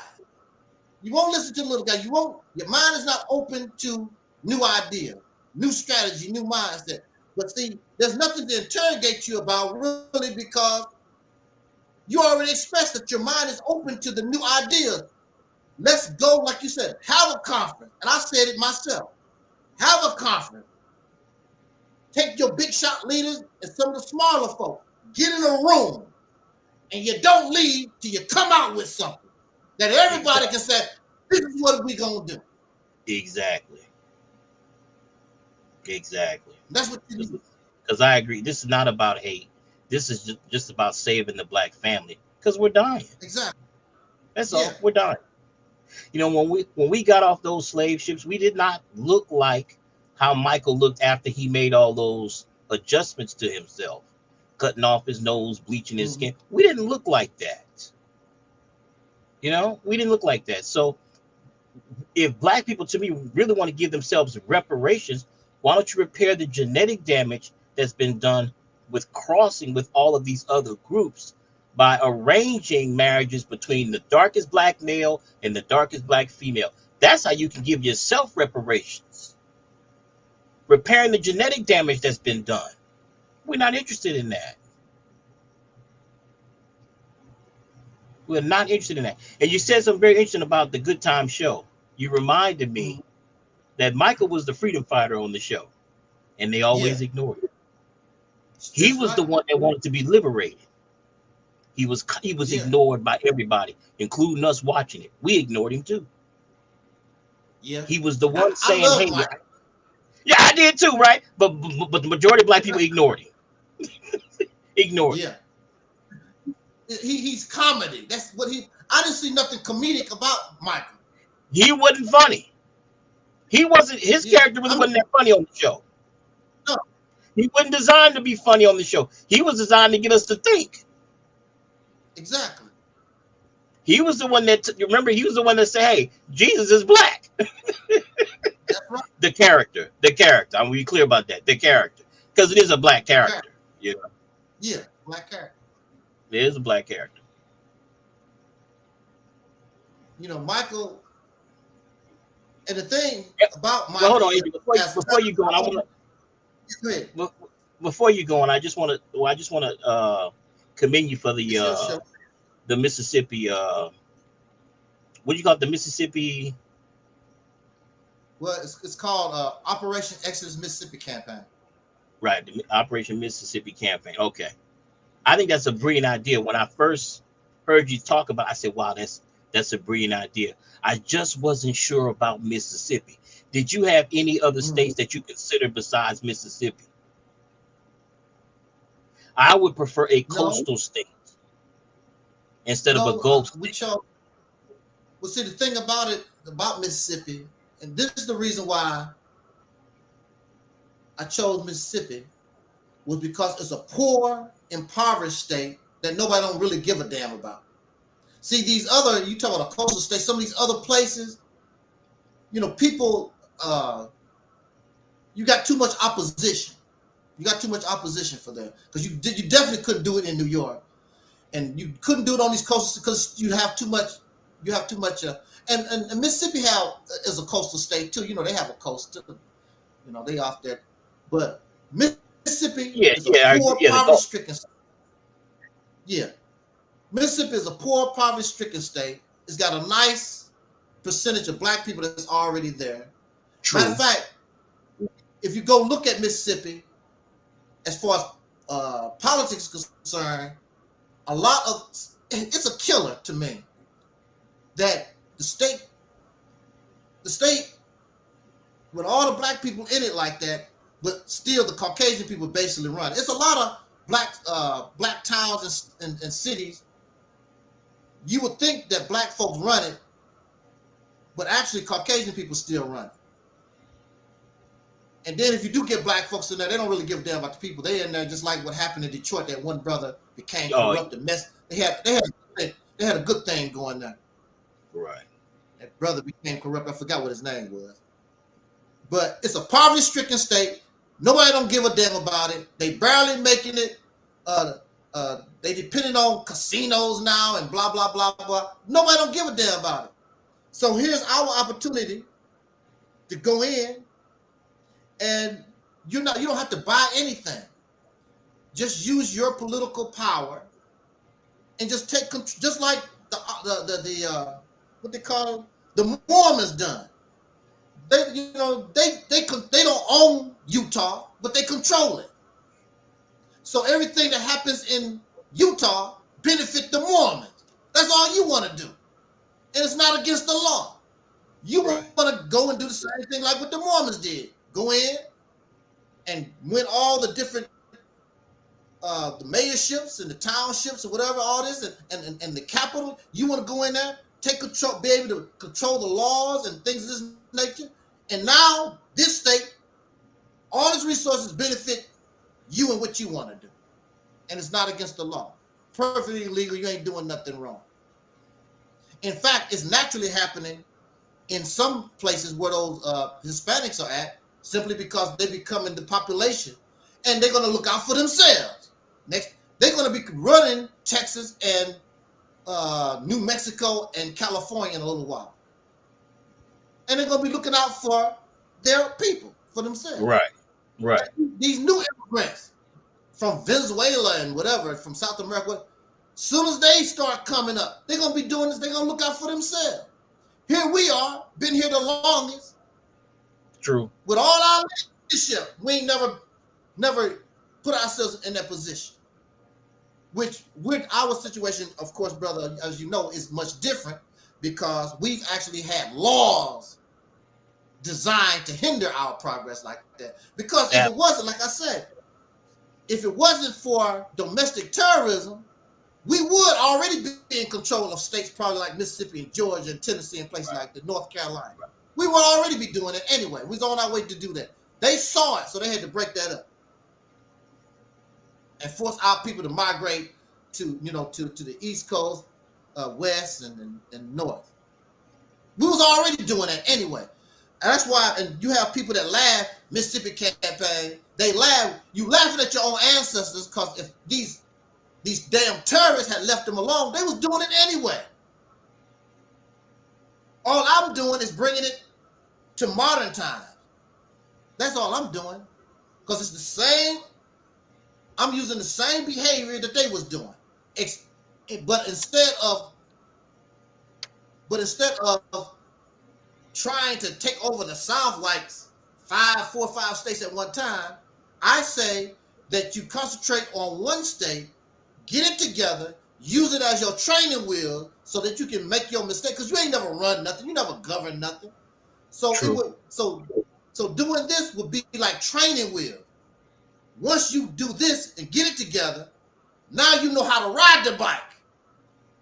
And see, the thing about not buying the land and all this old crazy stuff or whatever, we shouldn't have to buy no land and do all that anyway. Our people have already died and bled. We should already have states on our own. We've earned those things. We already should. So if they're not going to give it to you, find a slick way to get it yourself. If that's all that you're doing. You getting what belongs to you anyway. And if you fail, you fall off the training wheel, you don't have to worry about it because the federal government is right there to help you get back on the bike. You can't lose. We only stopping ourselves. And then there's a lot of us. The reality is there's a lot of us who don't want us to really succeed, because if we succeed, what they gonna do? All these teachings, all these things that they've been doing, if we start actually for real climbing out even those who talk this God stuff, it's gonna damage everybody. all this stuff that we've been trained and taught, if we actually become successful, because religion just gives you false hopes and dreams. It just gives you good feelings. But here you are actually in an activity, and you actually, not only are you, this activity is actually producing something for you. You start to see the houses that you build. You actually start to see the roads that you maintain. You understand how to build a nuclear power plant. For the first time, you are actually in control, because if you're in control of the state, you're in control of the National Guard. You ain't never had your hands on rocket launchers and tanks, because the National Guard got tanks and all these military vehicles. You were in charge of that. We ain't never had that kind of power before. But see, actually, to gain that is easy. The difficult part is to maintain. In order to maintain, we cannot be this Negro that we are right now. We might as well just stay where we at. Because in order to maintain, we have to be different than the rest of this country. We have to become different. We have to have a metamorphosis. And like I told the people, and also, see, I'm not against righteous behavior, because that's what it's going to take in order for us to maintain. You don't have to believe in God to be right. It only requires you to be right. And it's a ritual life. I know when I was growing up, they taught us to be gentlemen. You know, open doors for young women and girls and your mother. You know, I was taught to be a gentleman. Regardless, I don't care if they with pink hair, you're a gentleman. We don't teach our young men to be gentlemen. We teach our young men to be whores and selfish. That's what you see on the street. I'm part of this group on Facebook, this Kevin Samuels fan club or whatever. You ought to hear what these guys say. They are so trashy. They have no idea of what manhood is at all. They don't have no humanity at all.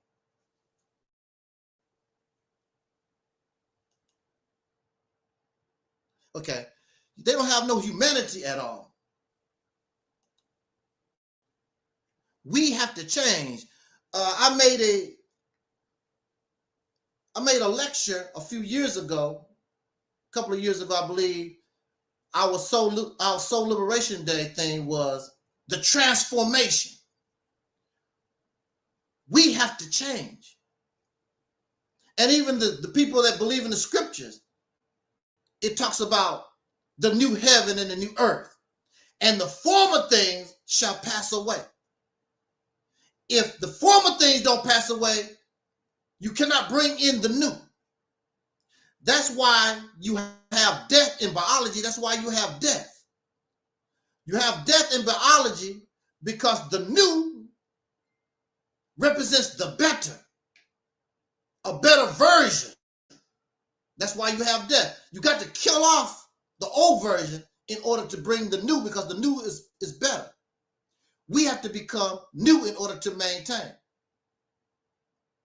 I understand that we are damaged goods. I said this what I said on this channel. Because we was born in the cesspool. But our children don't have to be born in the cesspool.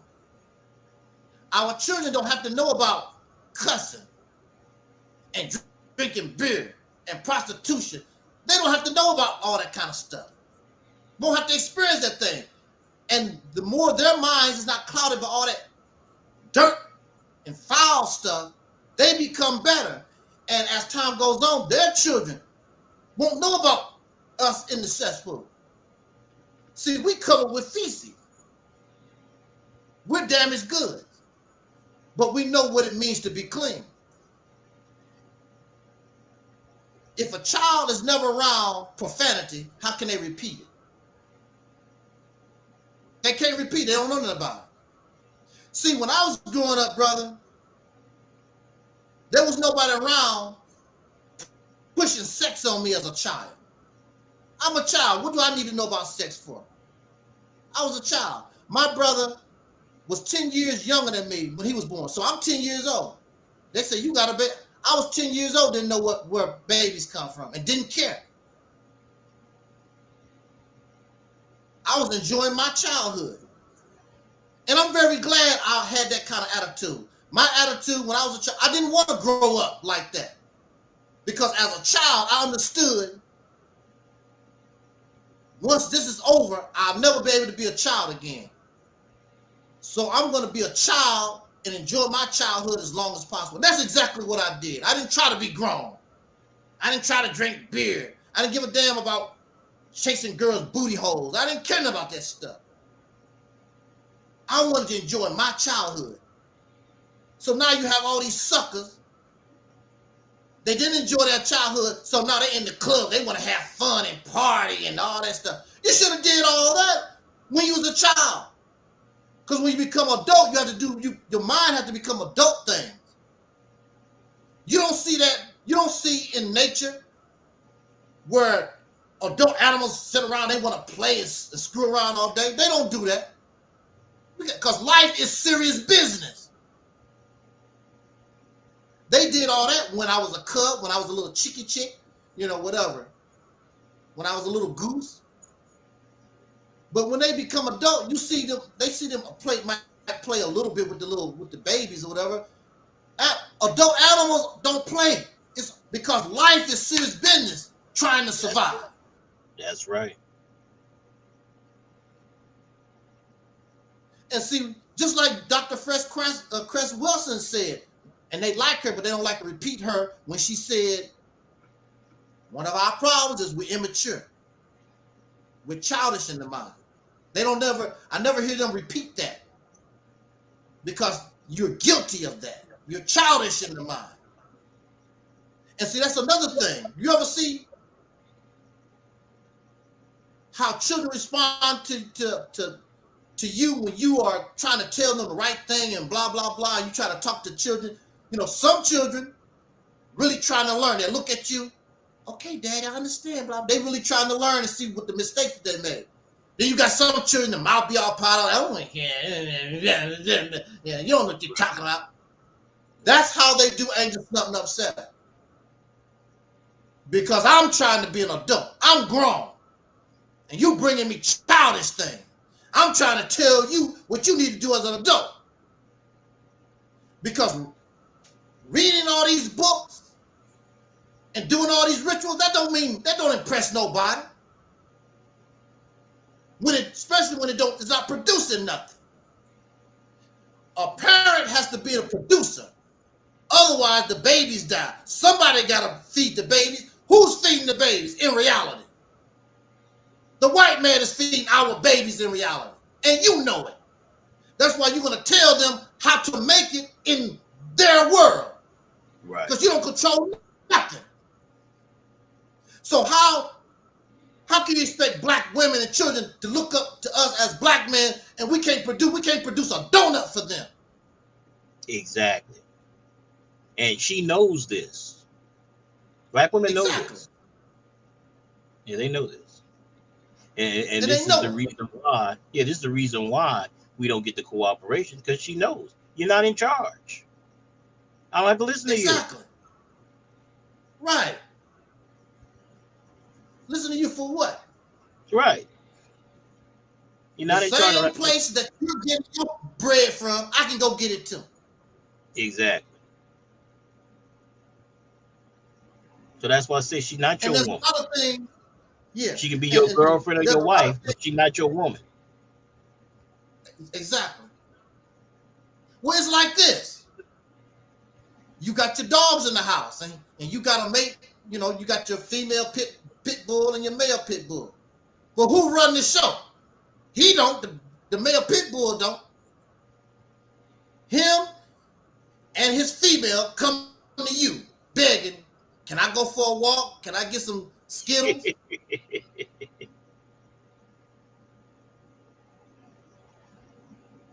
That's what happens in the house. You don't run nothing. And the female dog know who the source, who really, she knows that he's not, only thing he's doing is giving her some ding-a-ling. That's it. But she knows, she knows where the water coming from and that's right. Who's gonna take the water. She knows all that. Absolutely. Great analogy. Great when analogy. When you come home, all of them run to you. That's right. Exactly. The puppies and we in the same situation. And you know it. That's why you adopted. That's why we said, "What's up, dog?" Mm-hmm. And you call her a bitch. "What's up, dog?" What's the hey, bitch? Because you're in the same situation like them, that dog and his bitch. Same situation. But see, the Mississippi campaign is a vision, is designed to put you in a position where you can actually say, "I'm a man." Because only a man can control this state like that. Only a man can and maintain it. And I'm not giving you no free accolades. You proving it. You gonna take a poverty-stricken state, use your resources, use your brain, use your talent. You can take this poverty-stricken state and make it one of the wealthiest states in the country. I'm a man, damn it. Matter of fact, you can call yourself a god because I took nothing and I made something out of it. But that's the way slaves, our people done all the time. We took scraps and pieces of nothing and made something out of it. We good at it. That's true. We good at that. We've been doing that for 500 years. That's true. These sisters raising families on nothing.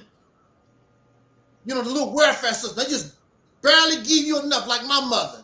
They just barely give you enough to do a little something. My mother knew how to juggle that stuff, balance that, the nothing. Right. And raise 6 children on nothing. We know how to take nothing. Even on good times. Remember how JJ was bragging about how his mother in Florida would take a chicken and stretch that chicken out for 3 or 4 days. Oh yeah. We know how to do that. I've seen black women do. Yeah, I've seen black women do amazing things with very little. With very little.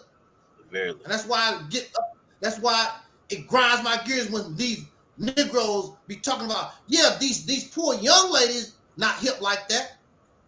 But maybe if you was men and put them in a better environment, they wouldn't be like that. How incredible it would be for you to be the man and the woman that you are. When they come to Mississippi, they was like, damn, it's so clean. The people are just so nice. The whole state, no matter where you go, Mississippi have the children with the best grades, the lowest teenage pregnancy rate. We getting our people out of jail because we actually rehabilitating them. We are able to make a deal with the United States government and get our people from overseas, like Asada Shakur, get her out of Cuba and bring her home. They're like, damn, y'all some bad folk. Could have did it a long time ago. You talking about these people and keep following these people. They're not producing. And on top of that, they don't even talk the way I do. They're not talking about taking a military. They're not talking about taking control of a nuclear power plant. Take control of the Mississippi River runs through Mississippi. We control that come through here. We run that. The interstate system that runs through the state of Mississippi, you're going to control all that. And it's a lot of other little tiddlywink things that we don't even think about. But see, it all falls in your hand. You talking all that stuff. It's called responsibility. See, right now, you can talk all that stuff. You're not responsible for nothing. But when you take that on your shoulder, all the responsibility fall on you. Like when you leave home, especially a poor home, and you're on your own. A lot of children go to college. They didn't come from rich family. So they got to go out and get extra jobs and blah, blah. Everything fall on you. You're an adult now. Once you turn 18, you know, legally, your parents aren't responsible for you. But of course, somebody like Blue Ivy, shout out to the Carter family, somebody like Blue Ivy, she's going to go to college. It's all paid up. You know, she, you know, lived a good life. But those of us who aren't that fortunate, we're going to have to go out here and learn how to make it on our own. Can't be calling your mama and your daddy. They're not there. Can't call your relatives because they don't have nothing either. But that's how it is when you become an adult. You accept the responsibility. You can become an adult and have a family. You're responsible for that, your wife and your children. You got to keep a house, a shelter, a roof over their heads, and food in their mouths, clothes in their backs. All that fall on the parents. So when you decide to take control of a state, or you talk about, I want to separate in my own nation, regardless how you look at it, all responsibilities fall on you. The reality is, these people talking this African stuff, you have a nation like the Congo. The Congo has enough land there where they can actually give the Black American enough. You could be a small state like the state of Delaware or Rhode Island or something. What if they offered that to the Pan-African? See, in our community, it's something called pulling somebody's hoe card. You know, you talking all this crap. Okay, whatever. We'll see what you're about. I wish they would. I wish the Congo would send a message over to the Pan-African. All right, we got enough land to give y'all,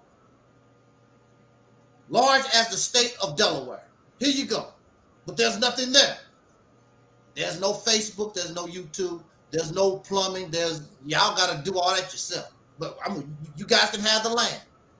Right. How many these Pan-Africans you think gonna pack up their bags and go and do anything? They're not gonna do it. But you say you're gonna build your own nation,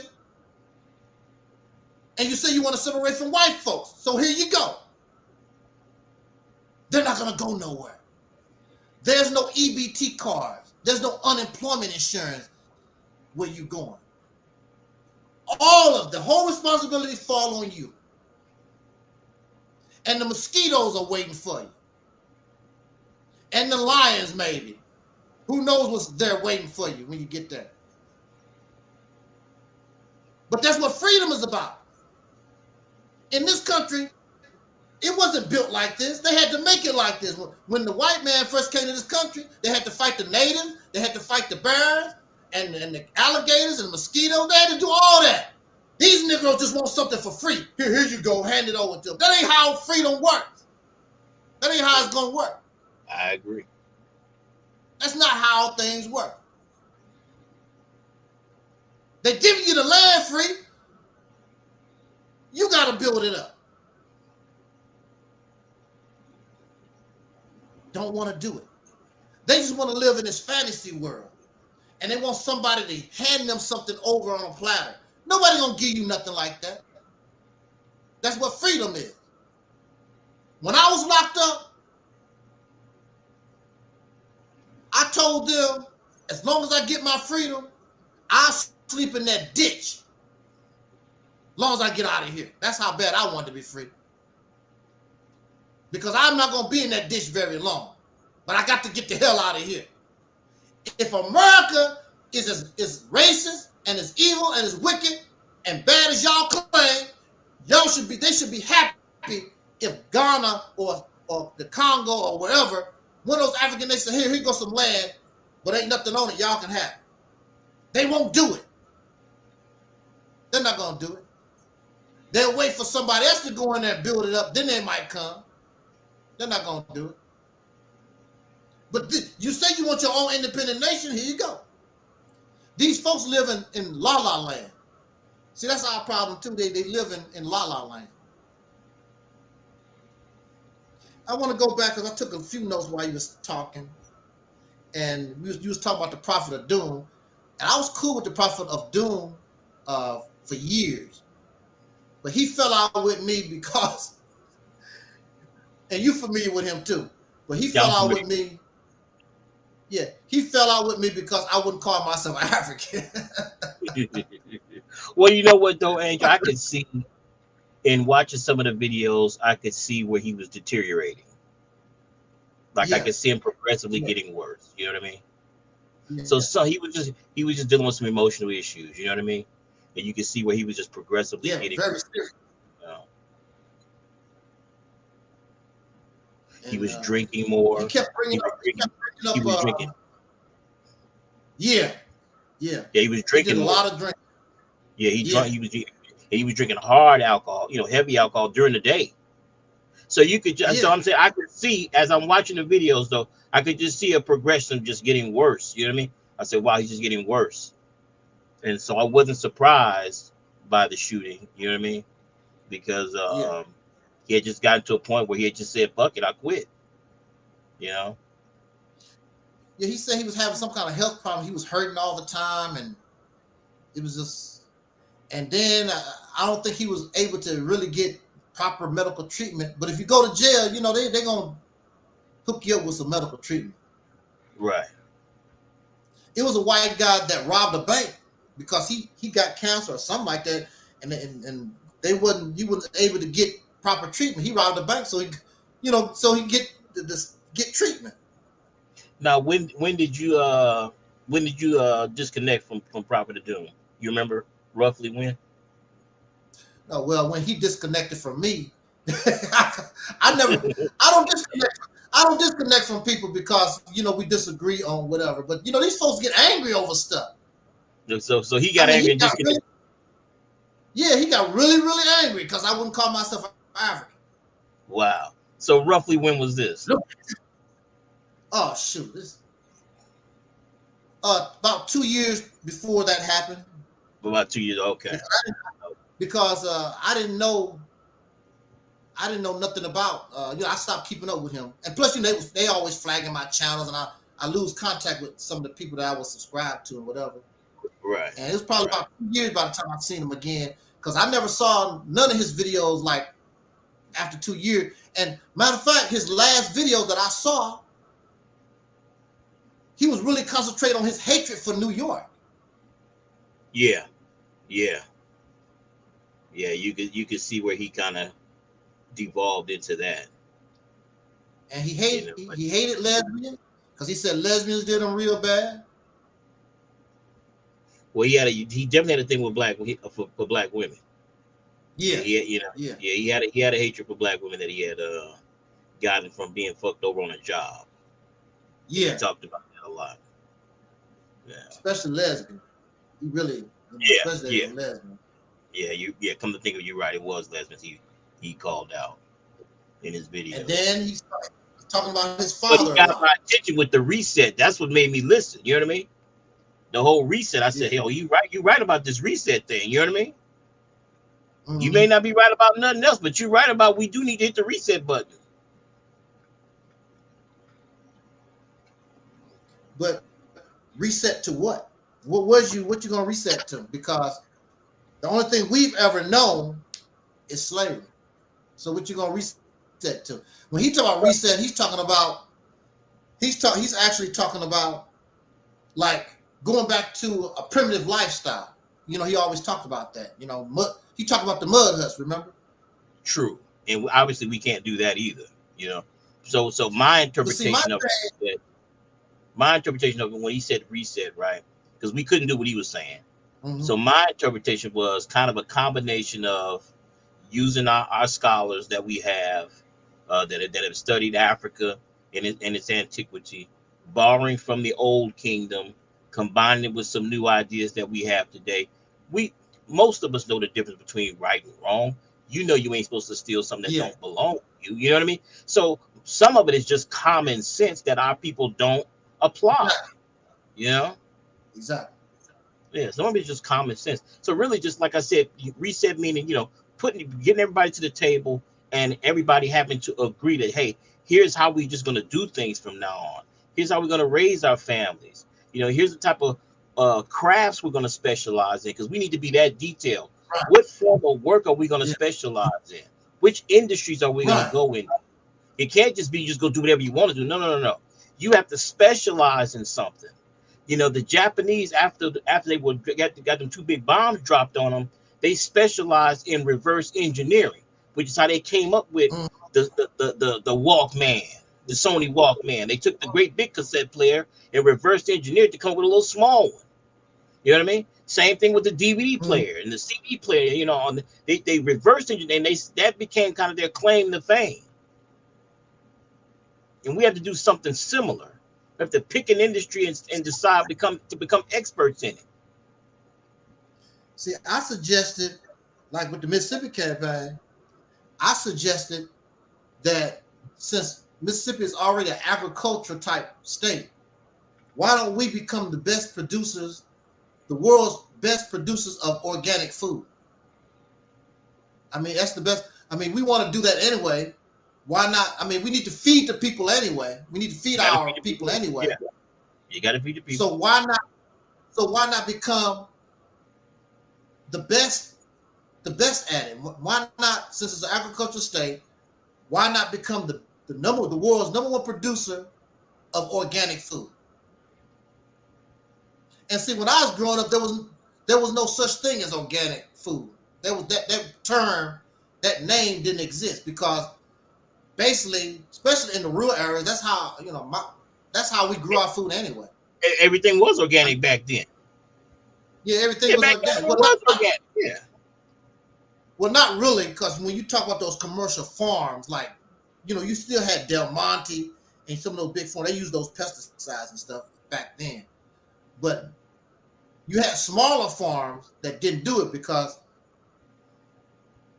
you're supposed to get a worm in an apple. You're supposed to be able to eat an apple, right, and get your worms. Right. But see, when they put them pesticides on there like that, they kill the worm. So if you don't see no worms in your apple like that, chances are. And plus nowadays the technology is better. They found more natural ways, for pest control. There's different ways that you can do that, but we can become the number 1 producer of organic meat, organic milk, produce. We can do that way. And then see, the Mississippi campaign concentrate on all of us. I want to put everybody to work. I want to get our people out of jails and the prisons, put them to work. I want to get our people that's homeless. See, the number 1 expense for any business is labor. Your biggest asset is human labor.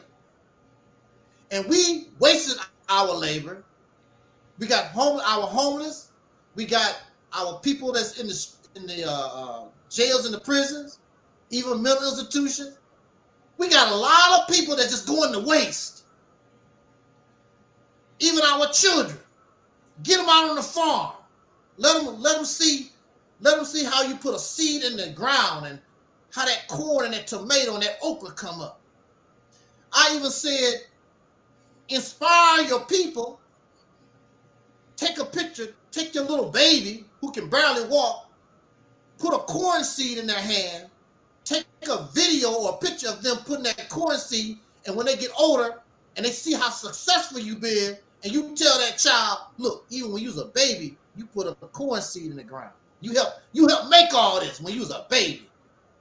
That inspired the masses to do more. I want to do more. I want to be great. I want to do more. And they push it and they push it. We won't see how magnificent they will be. The only thing we can do in our time is get them started. And we will become the greatest generation ever. And Brother Malcolm, if he was here, and Dr. King and Harriet Tubman and all our people, they would be like, wow, they made it. They done it. We done it. We was able to break out of the real matrix. See, when they talk about break out the matrix, they always think we talking about what white folks did. No, I'm breaking out the matrix of what black folks done too. It's not the same as what white folks done. I don't think that it was intentional. But now we've grown out of that. We've grown out of it. We don't need fairy tales and mythologies and stories. That's what we used to do for children. To help children learn lessons and inspire children, tell them these little stories, the fox and the grapes, but Aesop's fables and whatever. That's what you do for the children. But when you become an adult, you don't need that no more. I don't need you to tell me the story of Hansel and Gretel. I don't need that no more. And that's all these religious teachers do. They're nothing but stories to inspire and teach you, give you lessons. That's all it is. And give you rituals to practice. See, I don't have to like you, brother. But if you just say, hey, brother, every day, just say, brother, every day, you don't have to like me. How you doing there, brother? I hate that nigga. Say it in your mind, I hate that nigga. But just do it. It's a ritual. It's a ritual. Just do it. You don't like that woman. You hate women or whatever you got in your mind. But just do it. Open the doors for the women. Help the elderly take their bags to the car. Go through these things.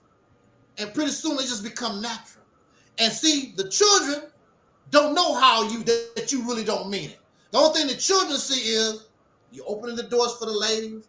Hey, brother. Hey, sister. And you being like, they don't know that you really don't mean it. You just got to go through a ritual because you're trying to be better. But the children don't know that. They naturally, how you doing, brother? They mean it because that's all they know. And the people get better and better and better. I would like to, before I take my last breath, I would like to see us on a good path. But see, nobody here, to my knowledge, I don't see folks on social media, these YouTube personalities or these big shots supposed to be leaders, they're not giving us any. I'm going to tell you, I truly feel the people are ready to make the move. They just don't have the leadership. They don't even want me to talk on their broadcast. I'm not talking about the reality's temple on earth. That's my own personal conclusions, blah, blah, blah. I'm talking about the solution, a vision, something that you can do for the people. I'm not talking, see, when people talk about we need to open up more businesses for you and your family. So you and your family can take pictures with Jay-Z and Beyonce. That don't do nothing for me. And most of these black businesses, no different than any other black businesses, they're going to pay you the minimum wage. They're going to pay you the minimum wage. Look, they're going to pay you the minimum wage, and they're not going to give you no benefits, health benefits, or none of that stuff. So, talk about support black business. Most black businesses don't do very well. That's the truth. And I don't know why we're not being truthful about that. But most black businesses don't do very well. And if they do very well, they're not going to give you nothing. That's for their family. Exactly. So they're not even designed to me. They're not set up where the employees own the business. Exactly. Most of them are not set up that way. And to me, that's how we need to set up our businesses, where the employees have ownership in it. Exactly. Company makes $100 million. The CEO don't need to take home $90 million. You know what I mean? If the company makes $100 million, you shouldn't be giving $50 million or $60 million to one person. Exactly.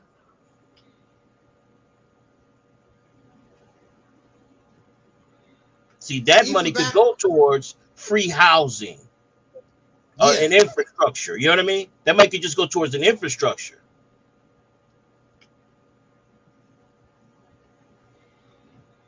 Exactly. So things can be. I agree with you. This is a great time for us to pull it off. We have everything, to me. The technology is there. We have everything we need. We could create our own blockchain. We could create our own Bitcoin. We could back it with silver. So I agree. The technology is there. There's things that we could do. But you're right. We don't have the leadership. Don't have that. Because in order to be a leader, no matter where you are, whether it's at a war on the military field or some business or whatever, You got to have creativity. You got to have some kind of strategy. Even when you play basketball, you got to be creative. When the brothers came to the NBA, they brought creativity. They brought some magic to that boring ass game. You ought to see them NBA games before the brothers got there. They're like, whoa, they boring. Brothers start. You know how we do when we get a hold of something. Exactly. And that's no different. It's no different with bring that to the struggle. Right. And stop, just like Elijah Muhammad said. He said, even Elijah Muhammad said, if you can't do it, don't say it. If you can't do it, don't say it. Right. Because if you say something and you cannot produce, somebody gonna pull you on it. They're gonna say, hey, just like Umar Johnson. And this, I don't understand how they gonna continue to support Umar Johnson. This man been working on a school since 2014, I believe, 2009, or I forgot, 2004, something like that. It's been a long time. He's produced nothing. That's insanity. Louis Farrakhan ain't produced nothing, 40 years. And see, my thing, I understand charity. But don't you think that you should be able to put yourself in a position where, well, if they give you charity, that's cool. But I'm to the point where I can run my organization and nobody don't have to give us a dime no more. I think that's the way you should want to be. Because I've taken those dimes and dollars and created an empire that can take care of itself. We don't need your charity like that. And then you have something like the Nation of Islam. They say the brothers and sisters own those buildings. No, they don't. I've never seen. I was in the Nation of Islam for 9 years. They never gave me not one piece of paper to show that I own some of that, whatever they had. My relatives been in the Nation of Islam over 40 years. They don't have not one. They was in the Nation of Islam when Elijah Muhammad was here. They received no paperwork to show that they own nothing in the Nation of Islam. And when Elijah Muhammad died, the members didn't get nothing. His estate went to his family and his children he had outside his marriage. The members didn't get nothing.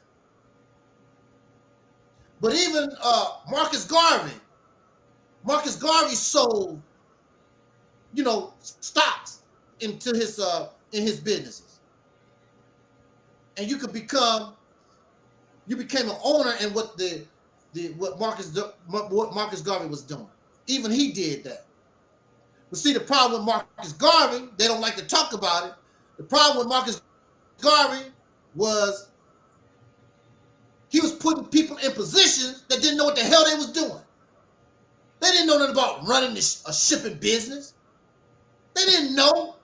Marcus Garvey himself don't have no experience in running a shipping business. And the people he was getting, because that's my friend. Yeah, but your friend don't know nothing about the shipping business. Right.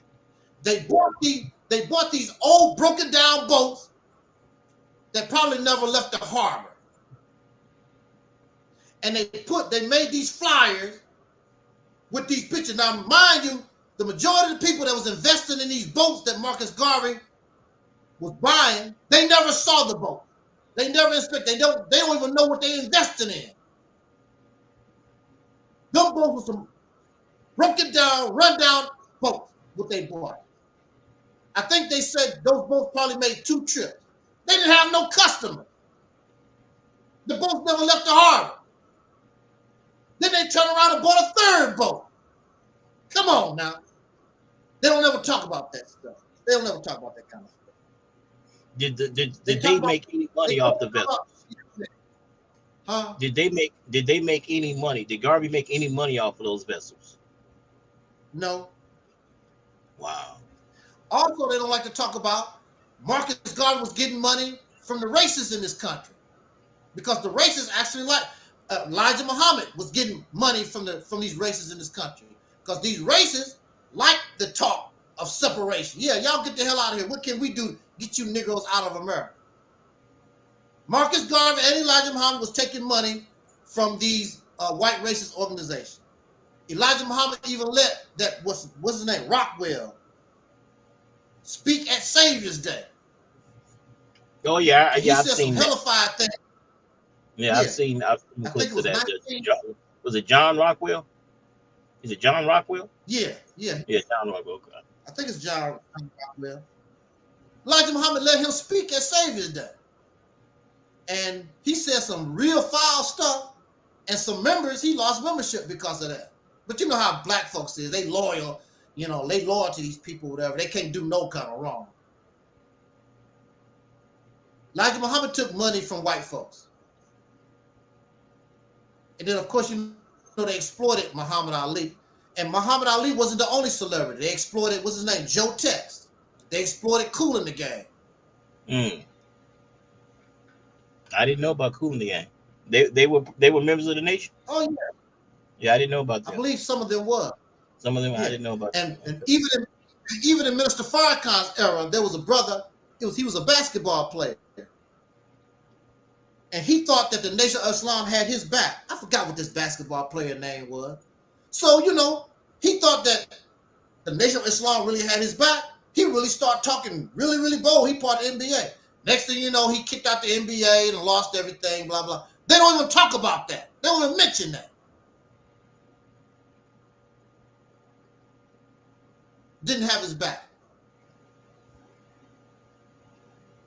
I was so happy because Farrakhan was doing all he could to try to get Jay-Z and Beyonce's attention. The FOI, we'll give Jay-Z and Beyonce security and blah, blah. Jay-Z and Beyonce is like, want nothing to do with you. That's all Farrakhan ever was. He just somebody, he used celebrities to make himself valid. Right. Now, when Elijah Muhammad was here, wasn't he a singer or a dancer? Doesn't he play an instrument? Doesn't he play the violin? Yeah, the violin. He's an ex-calypso singer. Right. So he's an entertainer himself. Yeah, he's a failed. He's entertaining himself. So he has a fondness for him because of the industry. Okay.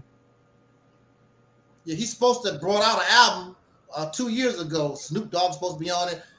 They never released the album. I guess they might release it after he's gone or something. I don't know. But see, Farrakhan is an entertainer, and see, anybody that's part of the entertainment business, no matter what else you do in life, that's still part of you. Right. And he want to be part of that. That's why he got to take pictures with all the celebrities and all these folks. Elijah Muhammad was here. You didn't see Elijah Muhammad doing that type of thing. No, Elijah Muhammad would run around trying to get photos with all these different entertainers. There was only one entertainer that I saw him with, and that was Muhammad Ali. Let me ask you this: Is this safe to say that Elijah Muhammad has been the most powerful black man ever produced in America? That's what the Reader's Digest said. The Reader's Digest said that he was the most powerful black man in America. Doing what? But you never asked. I'm just saying. But that's what I'm saying. Yeah, who else? He's the most. See, they will call you the most powerful. See, they call you the most powerful black man in America simply because of your following, maybe. How popular you are. He was popular. Yeah, but what have you produced? He was popular. But here's the thing. Yeah, I've come across people though, just in my lifetime, right? I've come across people that have been members of the nation, and they will say he saved their life. I've heard numerous black people tell me Elijah Muhammad saved my life. And I thought that's one hell of a statement to come from somebody, right? That this man saved your life. And I'll go, wow, he saved you. They say, yeah, his information saved my life. Yeah. I said, okay. But I'm just saying, I've heard numerous black people claim that his information saved their life. So from that perspective, along with the businesses and everything that he set up, who would be more powerful than him? I'm just trying to figure out If it's not him, then who would it be? Well, you said that's the key word. Power. What kind of power did he have, really? What do you mean by power? What kind of power did that man have except running your mouth? And then you had some businesses that you have pay your employees for all over the country. You know, you basically in the red. The Nation of Islam was not doing as well as we thought it was. Now that the man is dead, and then you have the Freedom of Information Act. Those businesses that they had going wasn't doing as well as we thought they would. That's true. Well, let me ask you this. Could Elijah Muhammad have someone killed? Why not? Okay. So he did it. If somebody like me enough, I could get somebody to kill for me. No, but I'm just saying he did have the power to tell somebody to go out and kill somebody. Yeah. There's a lot of people that could do that. He ain't the only one. True. But they've dubbed him the most powerful because he's had more people willing to kill for him. Well, they wouldn't kill the real enemy for him. Apparently, they jump on other black folks or whatever. I've never known them to attack any Ku Klux Klan. Oh no, wait a minute, hold on now. They did have shootouts in courtrooms. Remember, they had some shootouts in some courtrooms. That's in self-defense. They've always been on the defense. They've never done nothing offensively. Well, he always promoted self-defense, though, didn't he? He never promoted being offensive. No, he never promoted offensive. Yeah, he never promoted being offensive. Because you're behind enemy lines. You can't. You're behind enemy lines. You're in enemy territory in enemy land. You can't play offense. The only thing you can play is defense. You know, I'm just saying, we are behind enemy lines, right? We're in the beast land. The only play. I'm just saying that our only play is defense. Exactly, but at the same time, you don't mind murdering your own people. No, well, you shouldn't have. I agree, that shouldn't happen. But you know what, though, brother? The conclusion I've come to in order to build a nation, you need blood, sweat, tears, and dead bodies. That's just what's required. Building a nation is ugly. Yes, it's ugly. Building a nation, you know what? Building a house is ugly. It's just that we hide it. You don't see the wires. We hide the ugliness of a house. We hide the ugliness of the car. You don't see all that shit inside it. But it's ugly. That's another thing we really don't want to do, though. We don't want to deal with the ugliness of building. Yeah, we don't want to deal with the ugliness of building. And one of the reasons why we don't want to deal with the ugliness of building, unfortunately, is because we've been trained by our mothers. We've not been trained by men. Men train your ass to fight. That's what men train you to do, to fight for everything. That ain't nobody gonna give you shit. We haven't had that kind of upbringing. We don't have children that sail around the world by themselves. Whites do. There's some of their children will sail around the world alone. We don't do shit like that. Our children don't want to go mountain climbing and rock climbing and shit. You know what I mean? That adventurous shit. Shit that they get you in the CIA or the FBI because you're doing all this dangerous shit. Jumping off of skateboards and you know what I mean? And dirt bike ride. I'm just saying the type of stuff that their children will do, our children don't do. Our kids want to play basketball to get out of the ghetto. Their goal is to play basketball or football or rap so they can get out of the ghetto. That white boy would jump off that skateboard just for the fun of it. He'll scale the side of a mountain just for the fun of it. Just for the thrill of it. He'll fall to his death knowing, well, hey, I was just trying to do this shit for the fun of it. You know what I mean? And that's coming from being trained by men. We don't have that. We just don't have that. You know, we're just so far behind in our development. Yeah, we're so far behind in our development. Well, I don't know how we get out of it. See, I don't know if I can get into that thrill-seeking thing. See, because you don't see You don't see animals do that. You don't see that behavior in nature. You know, when an animal jump off a mountain, it's because they're in trouble. They're trying to get away from a hyena or a lion or something. They ain't gonna thrill. They're not gonna thrill seek and take a chance on their life. I think that's stupid. I agree, but it's that same attitude, brother. It's that same attitude, though. Allow them to split the atom.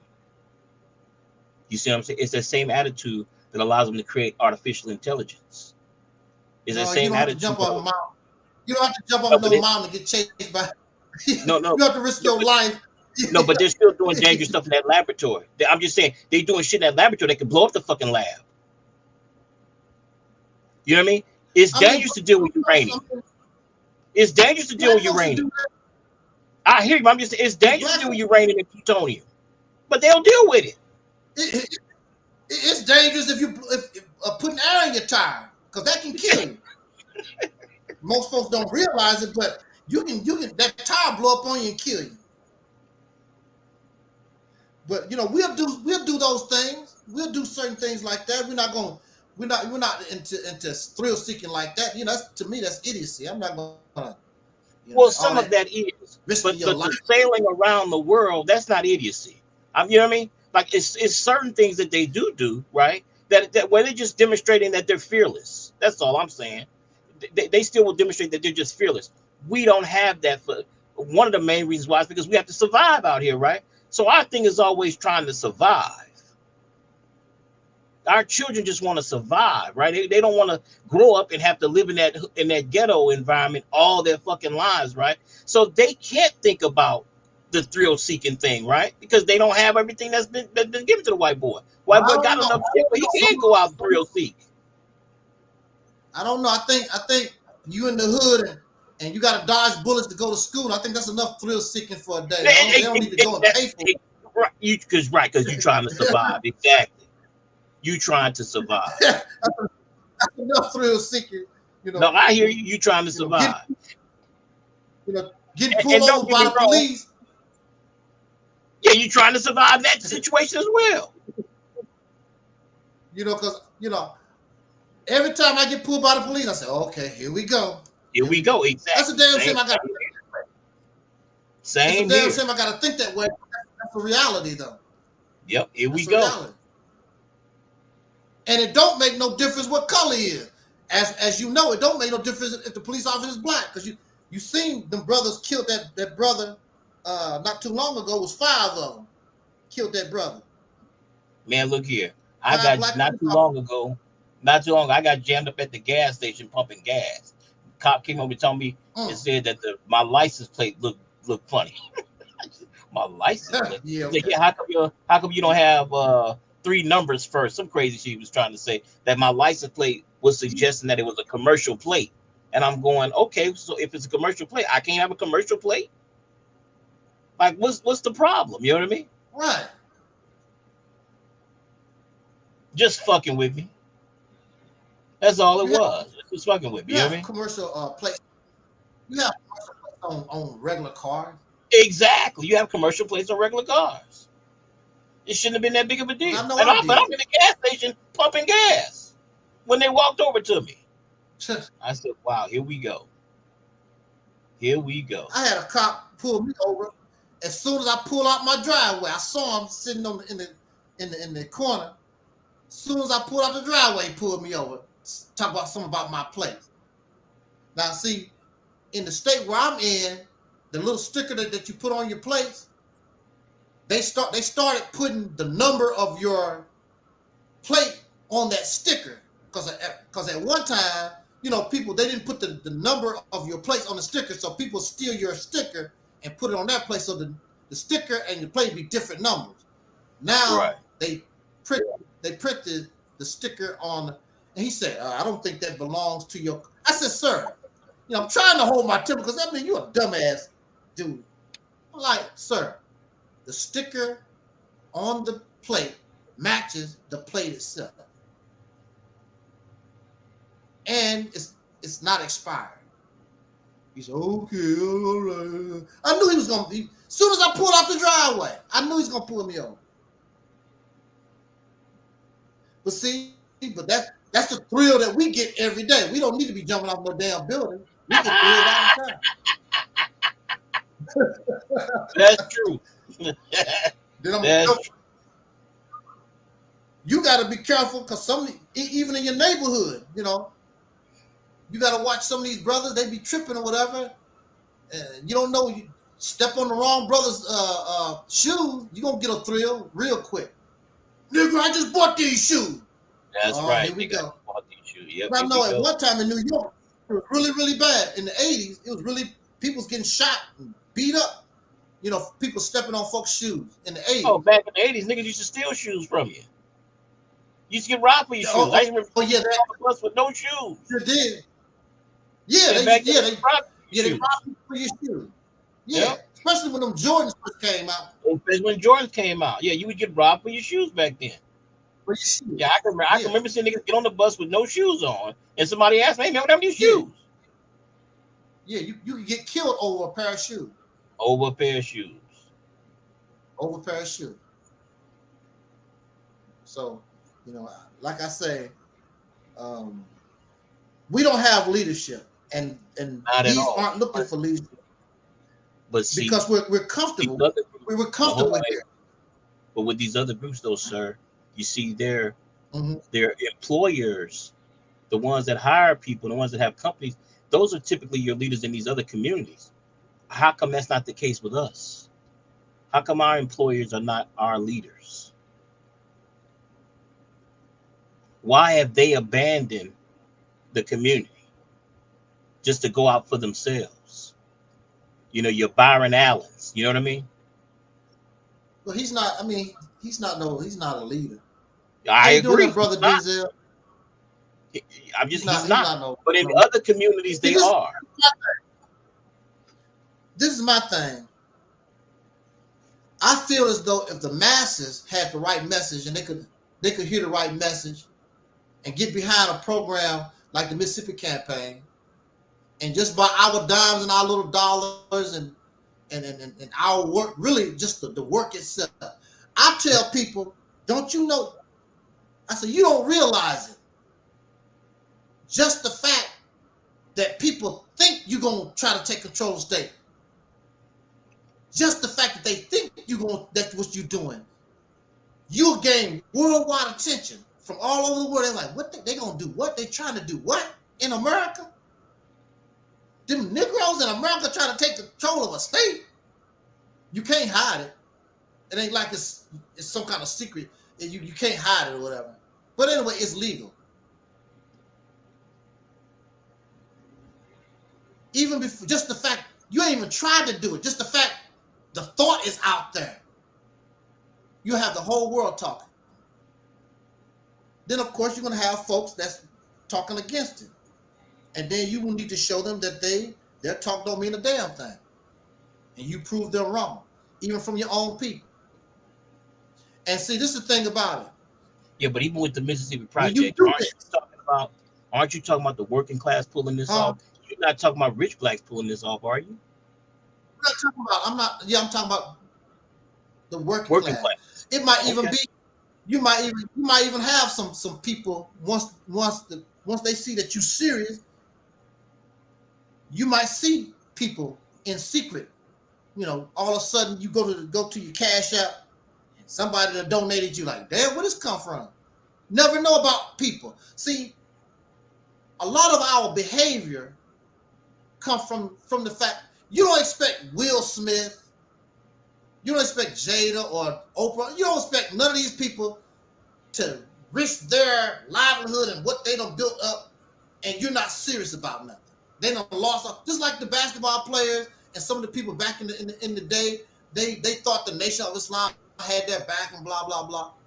But I think if they really saw us serious trying to do something, either they were outright, because look, the Million Man March, Will Smith was at the Million Man March. Who else was at the Million Man March? Michael Jackson was supposed to come there, but he had but it was a lot of people. See, the Mississippi campaign is like a Million Man March type of thing. It's not about religion. It's about gathering people together to try to make a better put our people in a better condition. It has nothing to do with, it's like the Civil Rights Bill. It has nothing to do with no religion or whatever. The Civil Rights Bill is about making something to benefit a people because they've been disfranchised. In this situation, we're taking it in our own hands. We're taking our destiny in our own hands. And I think if our celebrities, if our people actually saw the masses, this is what we're doing, I think they would support the effort. I think they would do it. But you got to be serious. You gotta put yourself out there. You got to be serious. They got to see something. They're not gonna go out here and screw their whatever they got up. They're not gonna do it. And I don't blame them because I wouldn't do it either. Matter of fact, I even say on my channel, because I used to be one of those people. I want to save my people. I want to do this for my people. I don't give a damn about my people like that no more. Because if you don't give a damn about yourself, what the hell do I look like out here working and sacrificing and trying to make your life better, and you don't give a damn? Go to hell. That's where you belong. That's the way I look at it. If you don't feel as though you don't want to do nothing for yourself, what make you think, why should I go out here and do anything for yourself? Look how these young people talk about Dr. King and how they talk about Malcolm. I can do better. They act like they better than Malcolm, better than Dr. King. They better than the people that they ain't did nothing but talk about their information and their research, but they ain't produced nothing. They living and benefit off the backs of people like Dr. King and Malcolm and Eldridge Cleaver and the Black Panther Party. That's why you're able to do what you're doing. They calling people all kinds of nasty and disrespectful. And I'm supposed to risk my life and sacrifice my life for them. They can go to hell.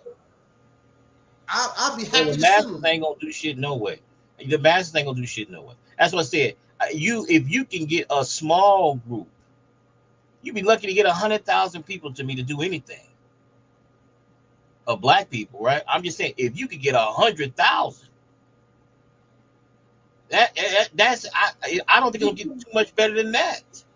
You're saying the masses. I'm saying, we got to make this scope much smaller than the masses. Like I'm saying, you're not going to look. This black conscious community consists of thousands of people, and they can't get themselves together. Regardless, to me, I'm not part of black conscious, but these black conscious people that actually agree with each other, blah blah blah. They can't get themselves together. All that they do is argue, bicker, because they wonder who gonna get the credit for what they too much. Plus, they don't have nothing. They don't have a plan. They don't have no vision. They don't have nothing. All that they do is go through a ritual. They've made the struggle entertainment, and entertainment is easy to do. All they gotta do is turn on YouTube, turn on Facebook. That's easy to do. The real struggle might mean you lose your job. The real struggle might mean you lose your house, you lose your car, you might lose your life. That's the reality of the struggle. Ask Dr. King, he took a bullet in the neck. Ask Malcolm, he took a bullet in the neck. Ask Harriet Tubman, she dodged bullets. Because just like you said, that's what it takes. They're not ready for that. They just want to talk about it, but they don't want to be about it. So why should I go out here and risk my life and sacrifice the little life I got for these suckers? I'm not doing it. Now, if they show me that they really want to do something, the little life that I have left, I will give that to them to help them get where we need to be. I don't mind doing that. But I'm not going to do nothing for a bunch of ingrates. I'm not doing it. Because I see how you treat it, how you talk about Malcolm like a dog and Dr. King like a dog and Huey P. Newton like a dog, how they talk about these folks like a dog. You ain't in no position to talk about nobody because you ain't accomplished nothing. We ain't accomplished nothing since the Civil Rights Movement. You ain't accomplished a damn thing. You ain't in no position to talk about nobody. None of us. You haven't accomplished absolutely nothing after the Civil Rights Movement. You've accomplished nothing. You ain't went back to Africa. You ain't did nothing since the end of the civil rights movement. You should be embarrassed. We should be embarrassed. The only thing you could do is make a DVD. The only thing you can do is make a YouTube channel. The only thing that you can do is make some more babies to bring them into the damn hell that you live in so they can suffer. Selfish ass. That's what they don't like about me. Because I'm putting on the plate the reality of it. No more fairy tales and feel-good stories or whatever. I'm not going to give you no credit that you didn't earn. No, you ain't no damn God. What God are you? You have no power. No, you're not a goddess. How the hell are you some kind of goddess? So brother, let me ask you. So then, how many people do you need to move to Mississippi? First, the Mississippi campaign is not about moving to Mississippi. I never said, I don't know why people say that. The Mississippi campaign has nothing to do with nobody moving nowhere. The Mississippi campaign is about assisting the brothers and sisters already there to help them take control of their state for our benefit. You don't have to move there. Okay. Yeah, I misunderstood. I thought you wanted people to relocate there. I've never said it from the very beginning. I never talked about it. Now, once the state start doing good, once you get yourself to moving, who wouldn't want to move there? Why would you want to move there? Now, I would want people to move there. Like, say, for instance, if we don't have the population, we know that we don't have the votes that we need in order to take control of the mayor or the capital or whatever. I suggest that's why it has to be a national effort, so we can get our brothers and sisters off the street or wherever they are and support them to come to Mississippi and become residents so they can vote. And then don't look at it like I said, you got to look at it like you're at war. So what? You have to go to Mississippi and sleep in a damn tent, sleep in your car or whatever in order to do this. That's what soldiers do. You got to look at this like it's a soldier, like you at war. I agree. Stokely Carmichael, Kwame Ture, I was listening to some of what he was talking about. He said they went to do, when they was protesting and doing their thing, SNCC was doing their thing in Mississippi, they slept on people's porches. They slept in the grass. That's what they was doing in the 60s during that time. Right. You did what you had to do. Right. Fannie Lou Hamer said she got her ass whooped by the police. I don't know how many times. This is what you're going to have to deal with. This is what you're going to have to do in the struggle. I want to send a shout out to Eldridge Cleaver. We're simulcasting. I'm on my Angel Snubbed Up 7 YouTube channel, and I'm also on Facebook. I just want to let you know I'm simulcasting through these spots. Okay. Shout out to Eldridge Cleaver. Shout out to our brother Denzel. And we got some comments here. Why so angry? Why such loud talking? This is what kills me about people. When you're saying something that they like, that's preaching, and you're talking loud, that's preaching. Go ahead, brother. Black power. But when you say something that they really don't like, why you gotta talk that loud, whatever? Black people always talk loud. My family is loud. When I was locked up, I was loud. They said, why you talk loud like that? My community was loud. Is who we are.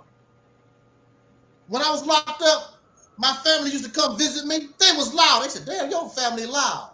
So where you think I got it from? Exactly. My family loud too.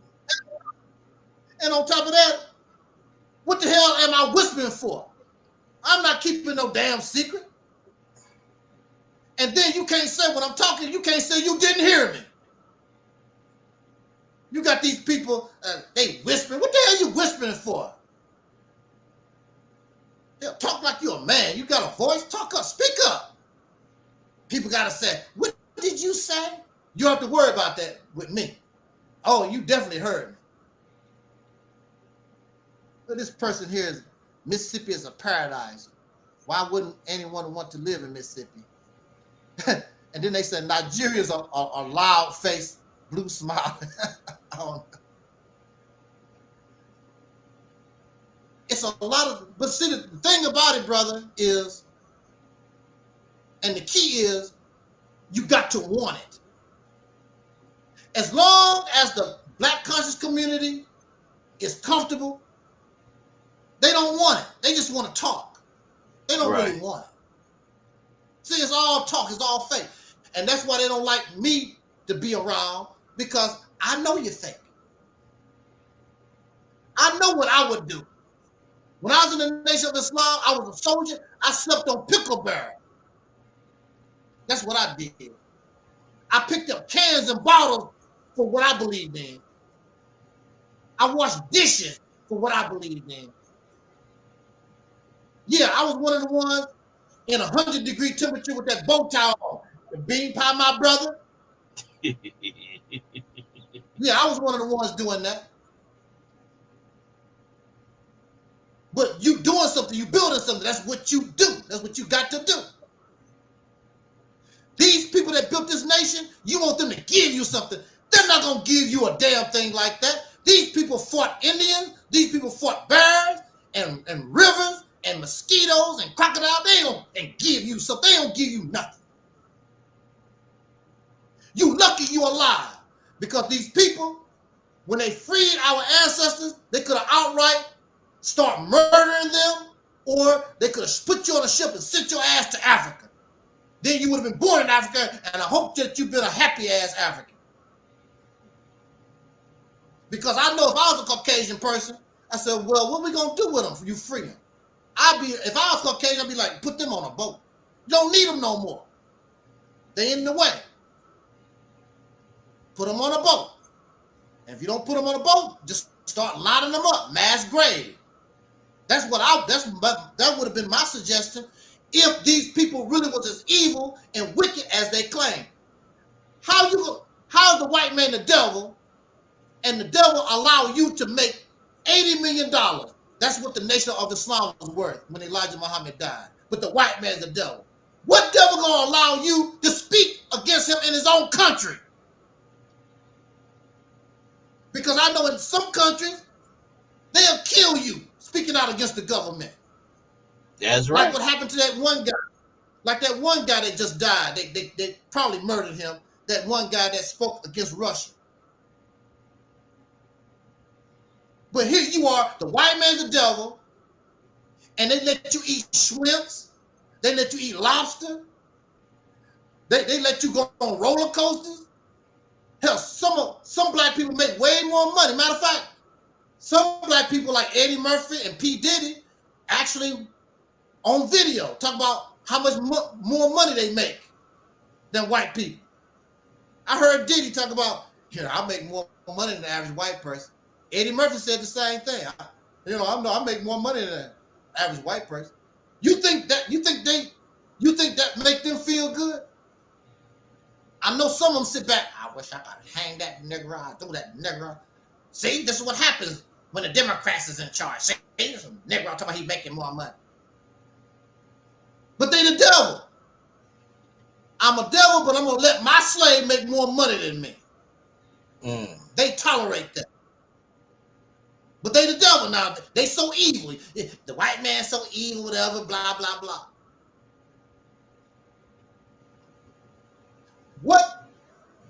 What people, we are the richest oppressed people on the planet. There's no oppressed people on the planet like us. We're supposed to be so oppressed and having it so bad. I bet the people in Gaza will be happy to change places with you real quick. The people in Gaza who are really oppressed. You ain't oppressed.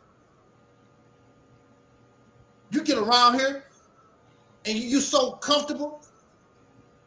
The people in Gaza is eating old ass peanut butter and grits and whatever else they throwing over there. You sitting around here on your special diet. I'm a vegan. I'm a vegan. I can only eat certain kinds of grapes. You know, the grapes that shape like an S. I don't eat the other grapes. That's how comfortable you are. You got special diets now. You gotta have special water. Oh no, brother, I can't drink regular water. I got to have alkaline water with a lemon twist. That's how. But you oppressed. But you oppressed, right? Get the hell out of here. And people, and that's why white folks come on the social media. How y'all oppressed? And you're doing better than me, and you are. A lot of us are doing way better than them. But you're so oppressed. And the ones that's leading the charge, most of them is rich. Tariq Nasheed talking crap. He living in a mansion. Farrakhan talking crap. He living in a mansion. All these folks living good, got good money. You don't never hear them talk about, brothers and sisters, can you give me a cash app so I can buy an egg sandwich? They ain't begging you to eat nothing. They doing decent, they doing good. But you oppressed. You oppressed. Get the hell out of here with that stuff. And we tolerate that.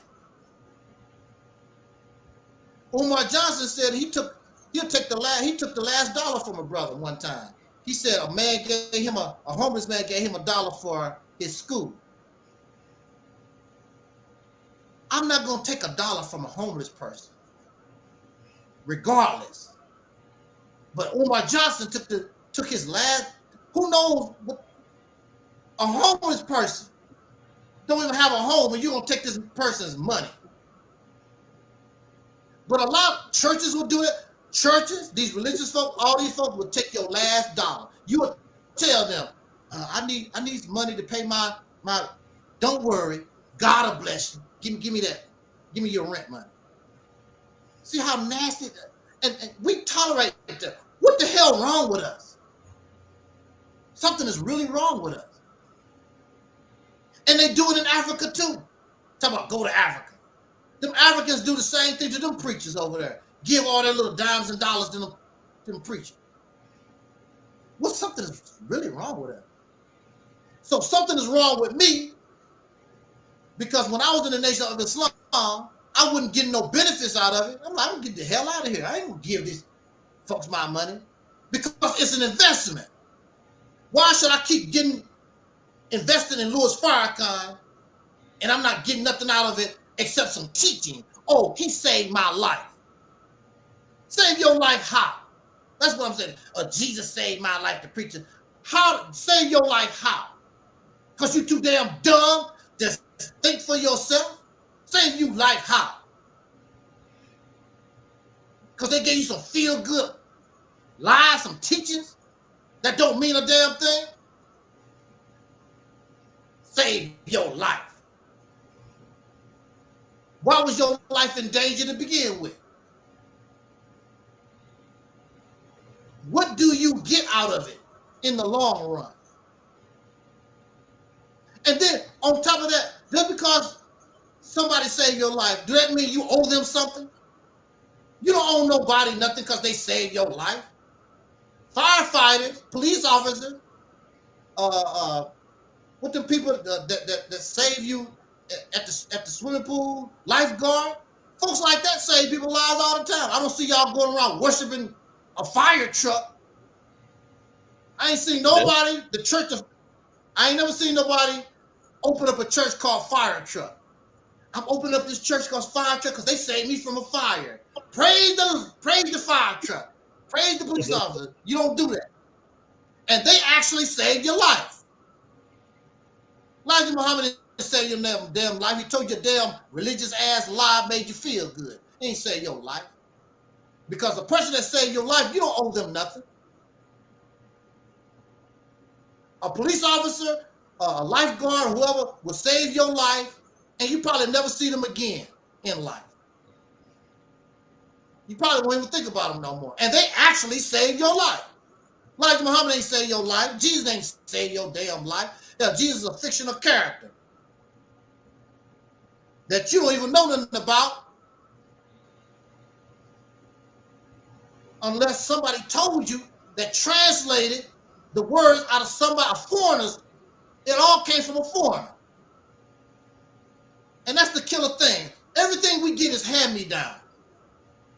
True. It comes from a foreign source.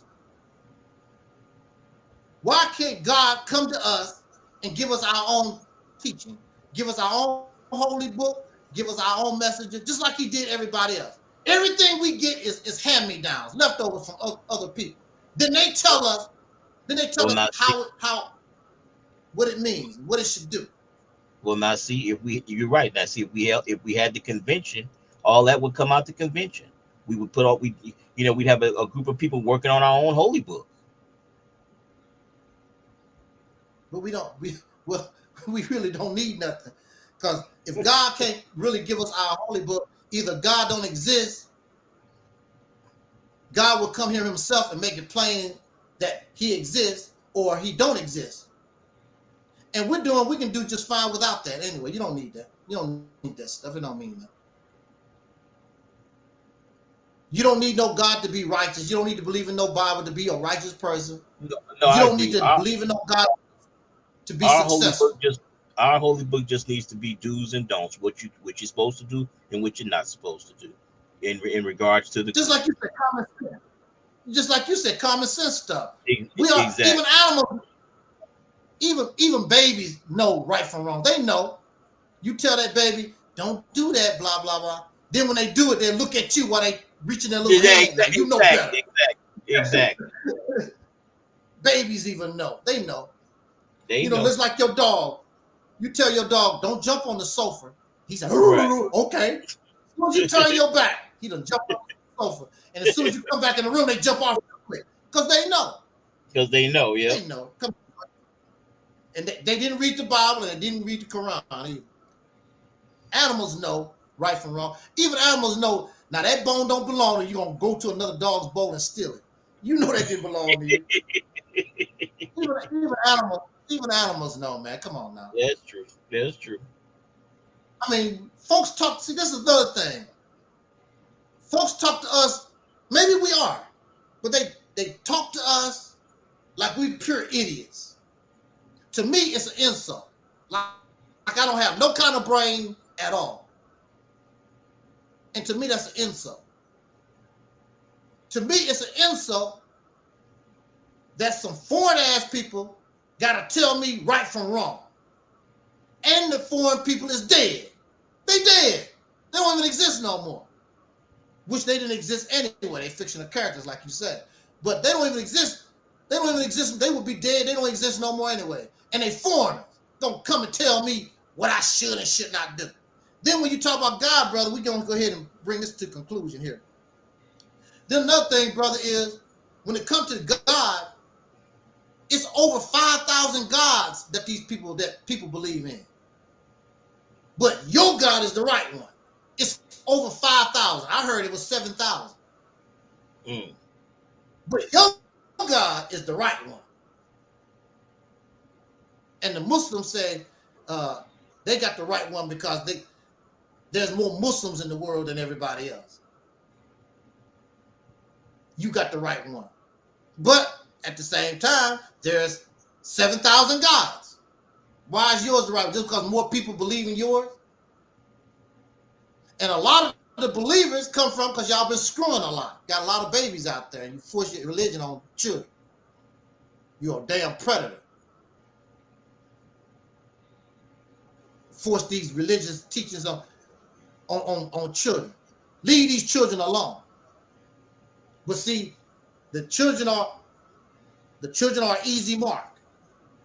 Spit them out, give them your religion. Because you're a predator.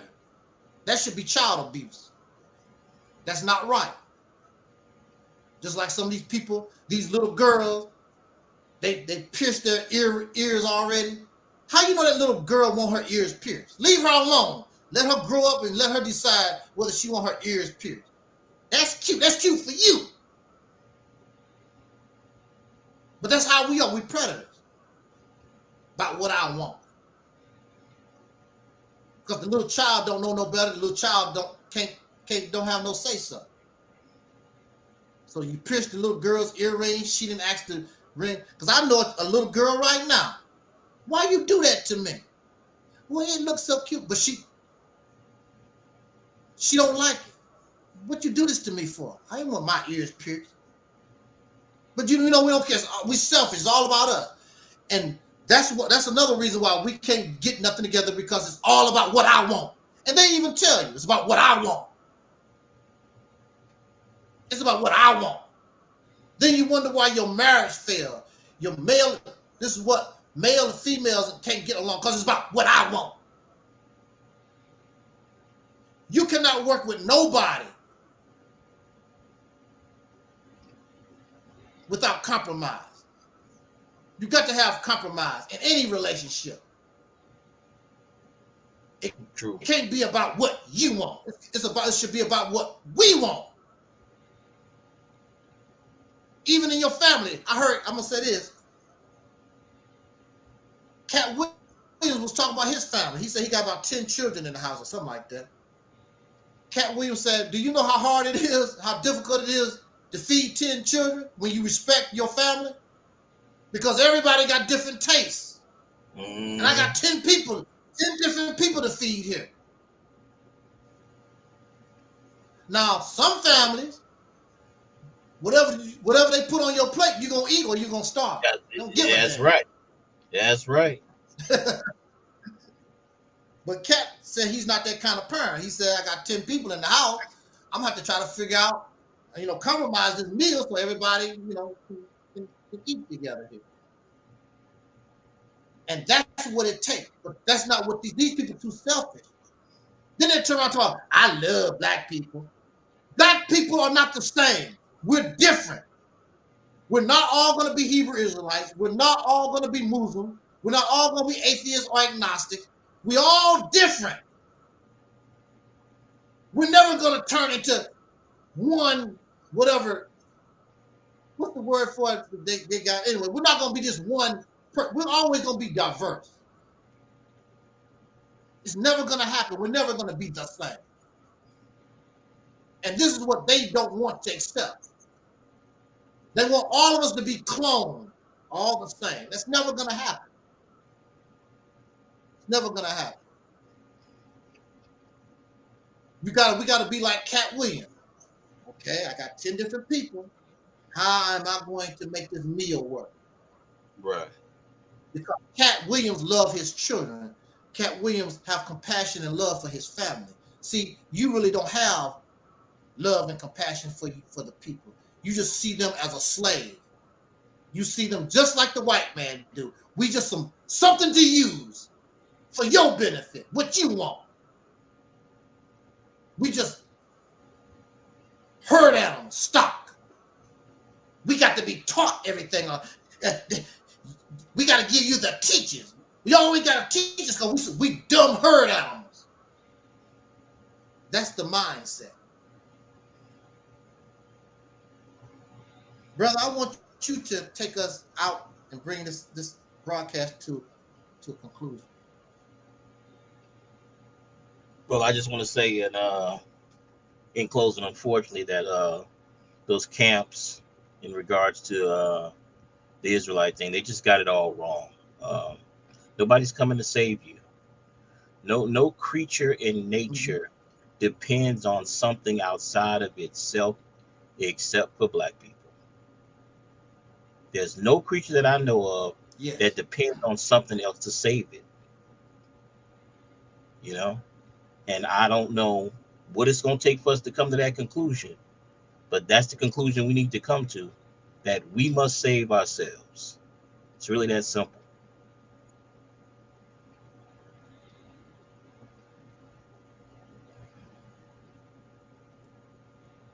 And I appreciate your time, brother. I appreciate your time. And I've enjoyed myself. And thank you for having me. Yes, sir. Appreciate it. I'm glad that you came. Like I said, there's nothing to interrogate. And I'm on board. I concur with everything that you said. Because if I didn't, I'd tell you. I know you would. I know you would, brother. You enjoy yourself. I'll be in touch. We'll talk again. Yes, sir. You enjoy the rest of the evening. So, with that, you do the same. With All that right, said, take care. brothers and sisters, we out of here. Yeah, thank you, Facebook and my other channels. Thank you so much. I really enjoyed the conversation tonight. I hope that you did too. And like our ancestor, Don Cornelius used to always say as imparting, you have a peaceful night, have a safe night, and until next time, just like our ancestor, Don Cornelius used to always say, we wish you love, peace, and soul. And we are Audi 5000. Good night.